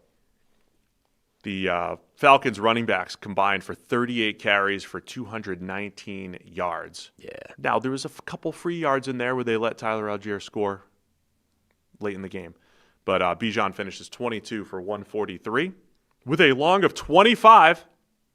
Minor miracle that he got beyond 15 for a long run. And then Tyler Algier, 16 for 76. Atlanta controlling the ball on the ground. And Minnesota struggling offensively. J.J. McCarthy finishing 11 of 21 for 158. Very Michigan-y stat line, minus the 6 sacks and 2 interceptions in there for J.J. in his second start. Minus anything good. It was a Michigan. Just the 11 of 21 for 158. It was a very Michigan stat line. But he also didn't have the 6 sacks and the 2 interceptions usually at Michigan. Yeah. I mean, so, okay, it was generally speaking a defensive battle. And actually both defenses were creative. They were aggressive. Chris kept using the word exotic on the broadcast, trading exotics. The big difference being... with all the grunts and moans. Yeah. Atlanta had a ground game and Minnesota didn't really. So the Falcons, once they got the lead, they were able to kind of lean on them and just grind them down a little bit. The Vikings defense, we sort of brought this up in the offseason, like the additions of Javon Hargrave and Jonathan Allen. Neither one of those guys is really a run-focused defensive tackle, and they traded away the only run-focused defensive tackle they had in Harrison Phillips. So you're like, well, presumably with Brian Flores and the way he likes to attack, they're just going to do it by everyone's going to take a gap and we're just going to be aggressive. It's going to be blitzing and run blitzing. I was kind of surprised how they didn't seem very gap sound in this game. Like they had a lot of plays where the aggressiveness, like theoretically you're throwing enough bodies at the line of scrimmage, everybody should have a gap. Why is there still so many gaps where there's nobody in it? I mean, they were getting smoked up front. I thought Bijan had room to run, and then he just, he always finds a way to take that 2 yards and turn it into 5 or 6. I love watching Bijan run and the space he created. Not much even from Atlanta's passing attack here either. It was they kept getting into the red zone and stalling out, so the Vikings kept making red zone stops. The first, how many field goals they end up with? I mean, Drake London fumbled and then didn't see the ball again for like 3 quarters. Yeah, it was 5 straight field goals for Atlanta until they let Algier run it in to go up 22-6, just so they had, a chance to come back down 2 possessions. I mentioned last week, I want to talk about Atlanta's defense. Atlanta's defense really impressed me last week. Yeah. They got their hands on 4 passes from Baker Mayfield, didn't catch any of them. Divine Diablo was making a ton of plays. So far through 2 games, the linebacker Diablo looks like, it's early, but like a Zach Bond-like pickup. Remember, immediately last year it felt like, wow, Zach Bond, nice free agent pickup playing linebacker for the Eagles. I'm getting the same vibes from Diablo. Not saying he's going to make all pro like Zach Bond did, but Diablo as a blitzer, havoc creator, making plays in coverage, he's looking really good. And I just love the way the Falcons have their edge rushers are kind of linebacker bodies with Jalen Walker and James Pierce. Their linebackers can rush in blitz like Diablo, like Caden Ellis. They have all the investment in their front 7 the last couple of years in the smoke and mirrors, the exotics, whatever you want to call it. They're doing a great job with that. And overall, last week against the Bucs, I was impressed with their defense. They just got beaten by 2 perfect throws, Baker Mayfield to Emeka Egbuka, and that was kind of the difference in the game last week. Well, this week, I thought they played similarly. They took advantage of pass protection issues from Minnesota. You got a backup left tackle, Justin School, who probably shouldn't be playing. So they took advantage of that, but I've been very impressed with Atlanta's defense. The difference last week to this week is They caught the interceptions, and they didn't have a J.J. McCarthy pinpoint throw or two that really killed them. So Atlanta's defense has been very impressive these first couple weeks. 14 different players rushed the passer for Atlanta, which is more than Minnesota. Like, if you're able to out-exotic Minnesota's defense, you're doing something. I mean, that's they're mixing it up. They're moving guys around, and it's really a bunch of hybrids. Like, Diablo was a safety in college, turned linebacker, and he's been in the league for a few years. Jalen Walker, who we know was drafted as a linebacker edge hybrid. James Pierce is a linebacker-sized edge rusher, kind of an undersized edge. They just have a lot of different body types over there, and they're throwing all of them at the quarterback. And Minnesota did not do well in pass protection, and Atlanta just love the way they're playing up front. They finally have a pass rush for the first time in a long time. Yeah, their defense looks really, really good. That's going to be a huge part of this team, I think, is that's going to be a difference-making. I mean, they were showing on the broadcast last night, like, all these stats of, the last time they had a double-digit sack guard. It's like, this has been one of the worst pass-rushing teams in the league for quite a number of years now, and they might have gone from that to, like, the other end of the spectrum, where suddenly they're dialing up a Flores type of scheme where they're wrecking everybody every week. So that was really impressive. Didn't need much from Michael Penix Jr. It was the run game. Falcons want to play much better in the red zone and not settle for 5 field goals and a gimme touchdown. But overall, did what they had to do offensively. Other side of the ball, Chris mentioned it. You and I were texting about it. J.J. McCarthy has 7 bad quarters of play and 1 good one. So what do we do with that through 2 weeks here? I mean, this offense has been functional for like 7 minutes of game time through 2 weeks, one of which is against a team that might not be good. That's not good. And as I said, given that currently Sam Darnold looks like he's playing well and McCarthy looks in over his head, I mean, we're about to get some very harsh, opinion pieces written on the Vikings offseason decision, which I think are going to be unfair given the kind of information they had to work with at the time. But yeah, this has not been good. On the one hand, look, you have to at least factor in injuries, right? Christian Darrisaw has not been back in the lineup. So they're going from one of the best left tackles in the NFL to a guy that shouldn't be there. And the guy who shouldn't be there got hurt, concussed. So another guy that shouldn't be there came in as well. So problem at left tackle. Ryan Kelly, one of their offseason acquisitions at center, was out with a concussion as well. So suddenly you're down 2/5 of your offensive line and probably the 2 most important important positions on the offensive line with a young quarterback, like left tackle and then the guy making the calls in terms of blocking, etc. Jordan Addison is suspended, so you don't have him either. Like, they're missing some very important players. However, it just nothing has been working yet. I mean, I was texting you last night that, like, McCarthy seems to have sort of retreated into this, like, Justin Fields, Ohio State level where he just drops back, like, stares down something at, like, 15 yards and then just tries to fire it in there. Like, this is not a system that's executing well. It looks, I mean, people were saying that, like, it looks like they just don't know the offense. Like, nobody looks comfortable right now in what's happening. And that's not been the Kevin O'Connell era at all. Right. For Minnesota. It's been the complete opposite, right? He's the next QB whisperer, guru, elevating everybody. So I think 2 things are true. We saw J.J. McCarthy have an awful first half against the Bears and a good second half, particularly the fourth quarter. Yeah. Enough so that people are writing the article, like, why are they doing it after one game, Sam? Like, the Vikings found their guy. Right move. He won NFC Offensive Player of the Year for that, or Player of the Week for that performance. It's just the dumbest thing. Just don't buy into narrative. Like, stories are fun. Like, the people that write articles, they're trying to tell stories. But it's like the people, because he made the comeback and he showed grit and determination and, like, didn't wilt, you forget about the first half where he was garbage. Like, they showed the sound effects thing, right? He is going up to his number 1 receiver, telling him, like, hey, don't give up on me now. Like that, he knew he was playing badly. Like, he is telling Justin Jefferson, hey, stick with me. I'm going to come back. And to his credit, he did. But when the guy has to tell his number 1 receiver, hey, just, stay with me here. I know I'm playing like ass. And the point is he was playing badly. And I know everybody wants to turn that into a story like this. This guy bounces back from adversity and he stays positive and his teammates believe in him. And maybe there's truth in that.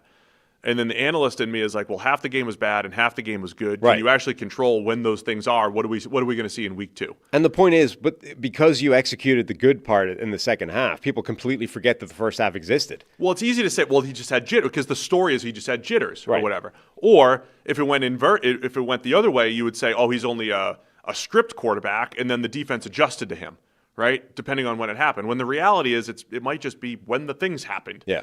And we'll see what happens.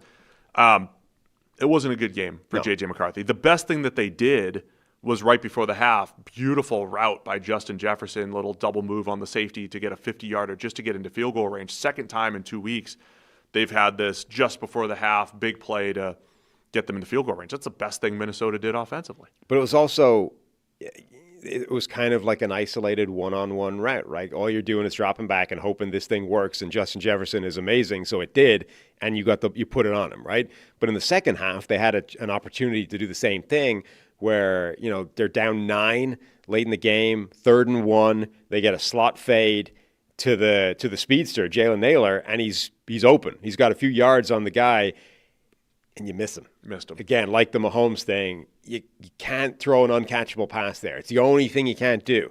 If he catches it in stride, it's a touchdown.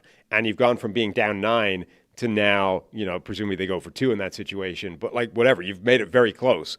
Instead, you miss him completely and you end up punting. Now, the other question is, I know they've been garbage and you just missed a free or what could have been a touchdown. Would you not go for the 4th and 1 in that situation? Oh, I guess I saw some quote that O'Connell said when they failed on an earlier 4th down. They'd been garbage in short yardage. Yeah, however, but that was the reasoning for him. They gave it away. They gave it away, and then Atlanta drove down with that run-heavy drive where they end up giving them the touchdown at the end just to get the ball back. But I wonder, the game's over at that point. The Chiefs punted down 2 scores with about 8 minutes left yesterday as well. They ended up at least getting an opportunity, but I think it ended up messing with a possession for them. I don't remember how much time is left on the clock. I imagine that's one of the trickier things as a coach is theoretically the numbers don't care what happened the last time, but emotionally you do. And so it was 9 minutes left, almost 10 minutes. Yeah.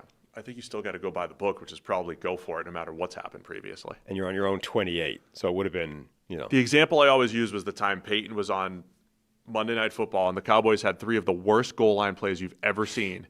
And then on 4th down, they go for it. And as Peyton's saying, oh, they've been so bad, you can't do it. And there's just a dude wide open in the end zone for a touchdown. The previous results of plays, as much as you want to be a football guy, as much as you want to say, we don't have the tackle, we don't have the guard, we're not running it, we're not physical, we don't have this, we don't have that. Just the overall odds of the next play being affected by the previous one isn't that strong. That's why the book is there. That's why it says go or no go without any care for what's happened previously, because the numbers over time probably matter more than your feels or what just happened. I also kind of feel like it's if you've got a quarterback that's struggling and an offense that's generally not firing, you need more opportunities. Well, not only do you need more opportunities, but I also feel like it's easier to find one play for 1 yard than it is to expect him to execute multiple drives, right? Like the whole point is you are failing to drive the ball long distances and put up points. So you're trying to stop yourself having to do that again by just converting this 4th down right now and keeping this drive alive. Instead, you punt it away regardless of what Atlanta does with the drive, and they ended up chewing 6.5 minutes off the clock and basically ending the game. It's like, I don't think we can execute multiple long drives again. So Atlanta moves to 1-1. Vikings fall to 1-1. Vikings, by the way, playing the Bengals next week at home. Interesting to see how the offense bounces back. Yeah. Against Cincinnati, against Jake Browning and J.J. McCarthy. Falcons lost A.J. Terrell to a hamstring injury, which is a blow to them because those are things that linger, and who knows how long that'll keep them out for. But that's their number 1 corner down, and that's definitely a blow. They're going to Carolina next week. NFC South battle. By the way, it's 2 weeks. Current status of the Falcons rookie class is insane. You've got havoc being wreaked up front by James Pierce Jr., Jalen Walker. You've got Xavier Watts getting an interception, albeit off a ridiculous J.J. McCarthy throw late on. Watts had a good first week, too. Yeah, he looks really good. That's what I'm saying. You got Billy Bowman making that was a spectacular interception and one that looked like he did it again, only it turned out the ball had actually hit the ground. But like almost one of the most ridiculous ball hawk games you've seen from anybody. Like this. Billy Bowman, a safety slot hybrid who mostly played nickel at Oklahoma, feisty slot receiver type or slot corner type, who Chris mentioned on the broadcast, the Falcons were thinking, maybe he should man up against Justin Jefferson. He's just that annoying one-on-one, coverage guy that might do well against Jefferson. They didn't really do it necessarily, but they were thinking about it. They only had 5 draft picks, but that's 4 of them we've mentioned as being very useful, positive contributors so far. Pretty good. Is that it? Did we cover every game? Hopefully. We didn't forget anything? Because we only spent 3 hours doing it. Much more efficient this week. On just 14 games, so 2 of them today. It's 2 tonight. We will have some instant reaction probably after the first one, Bucs-Texans. We're not staying. I mean, we'll stay up and watch the game, but probably not record anything for Raiders-Chargers. And then we'll be back again Wednesday, our usual 9 a.m. Don't forget the memberships, man. Yeah. Get the memberships big going. thank you to Nate in the chat, who's been gifting memberships to people as well. Oh, wow. Yeah. So, as we said, the memberships are up and running. It's you can get in there for as little as $2.99 a month for your what do we call those people? Super fans. Super fans. But if you want your name on the wall, right over here. there, it's the insider tier. And then, frankly, if you want to name this studio after yourself, that's the Howard Hughes mindset right there. The Howard Hughes billionaire tier. Take a look. Just take a look at the perks you get with the Howard Hughes billionaire tier. This could be your studio right now. Could be yours. Insert your name here. Check the Mike Studio. Now your studio. And go check out smww.com to go check out my class. I need some more people to sign up for my class, Sam. Okay. While we have all these people listening. Sure. Go check out my class at smww.com. All right, man. That's it for us today. Thanks to everybody for tuning in. Enjoy the 2 Monday Night Football games. We'll see you again Wednesday morning, 9 a.m. with more Check the Mic.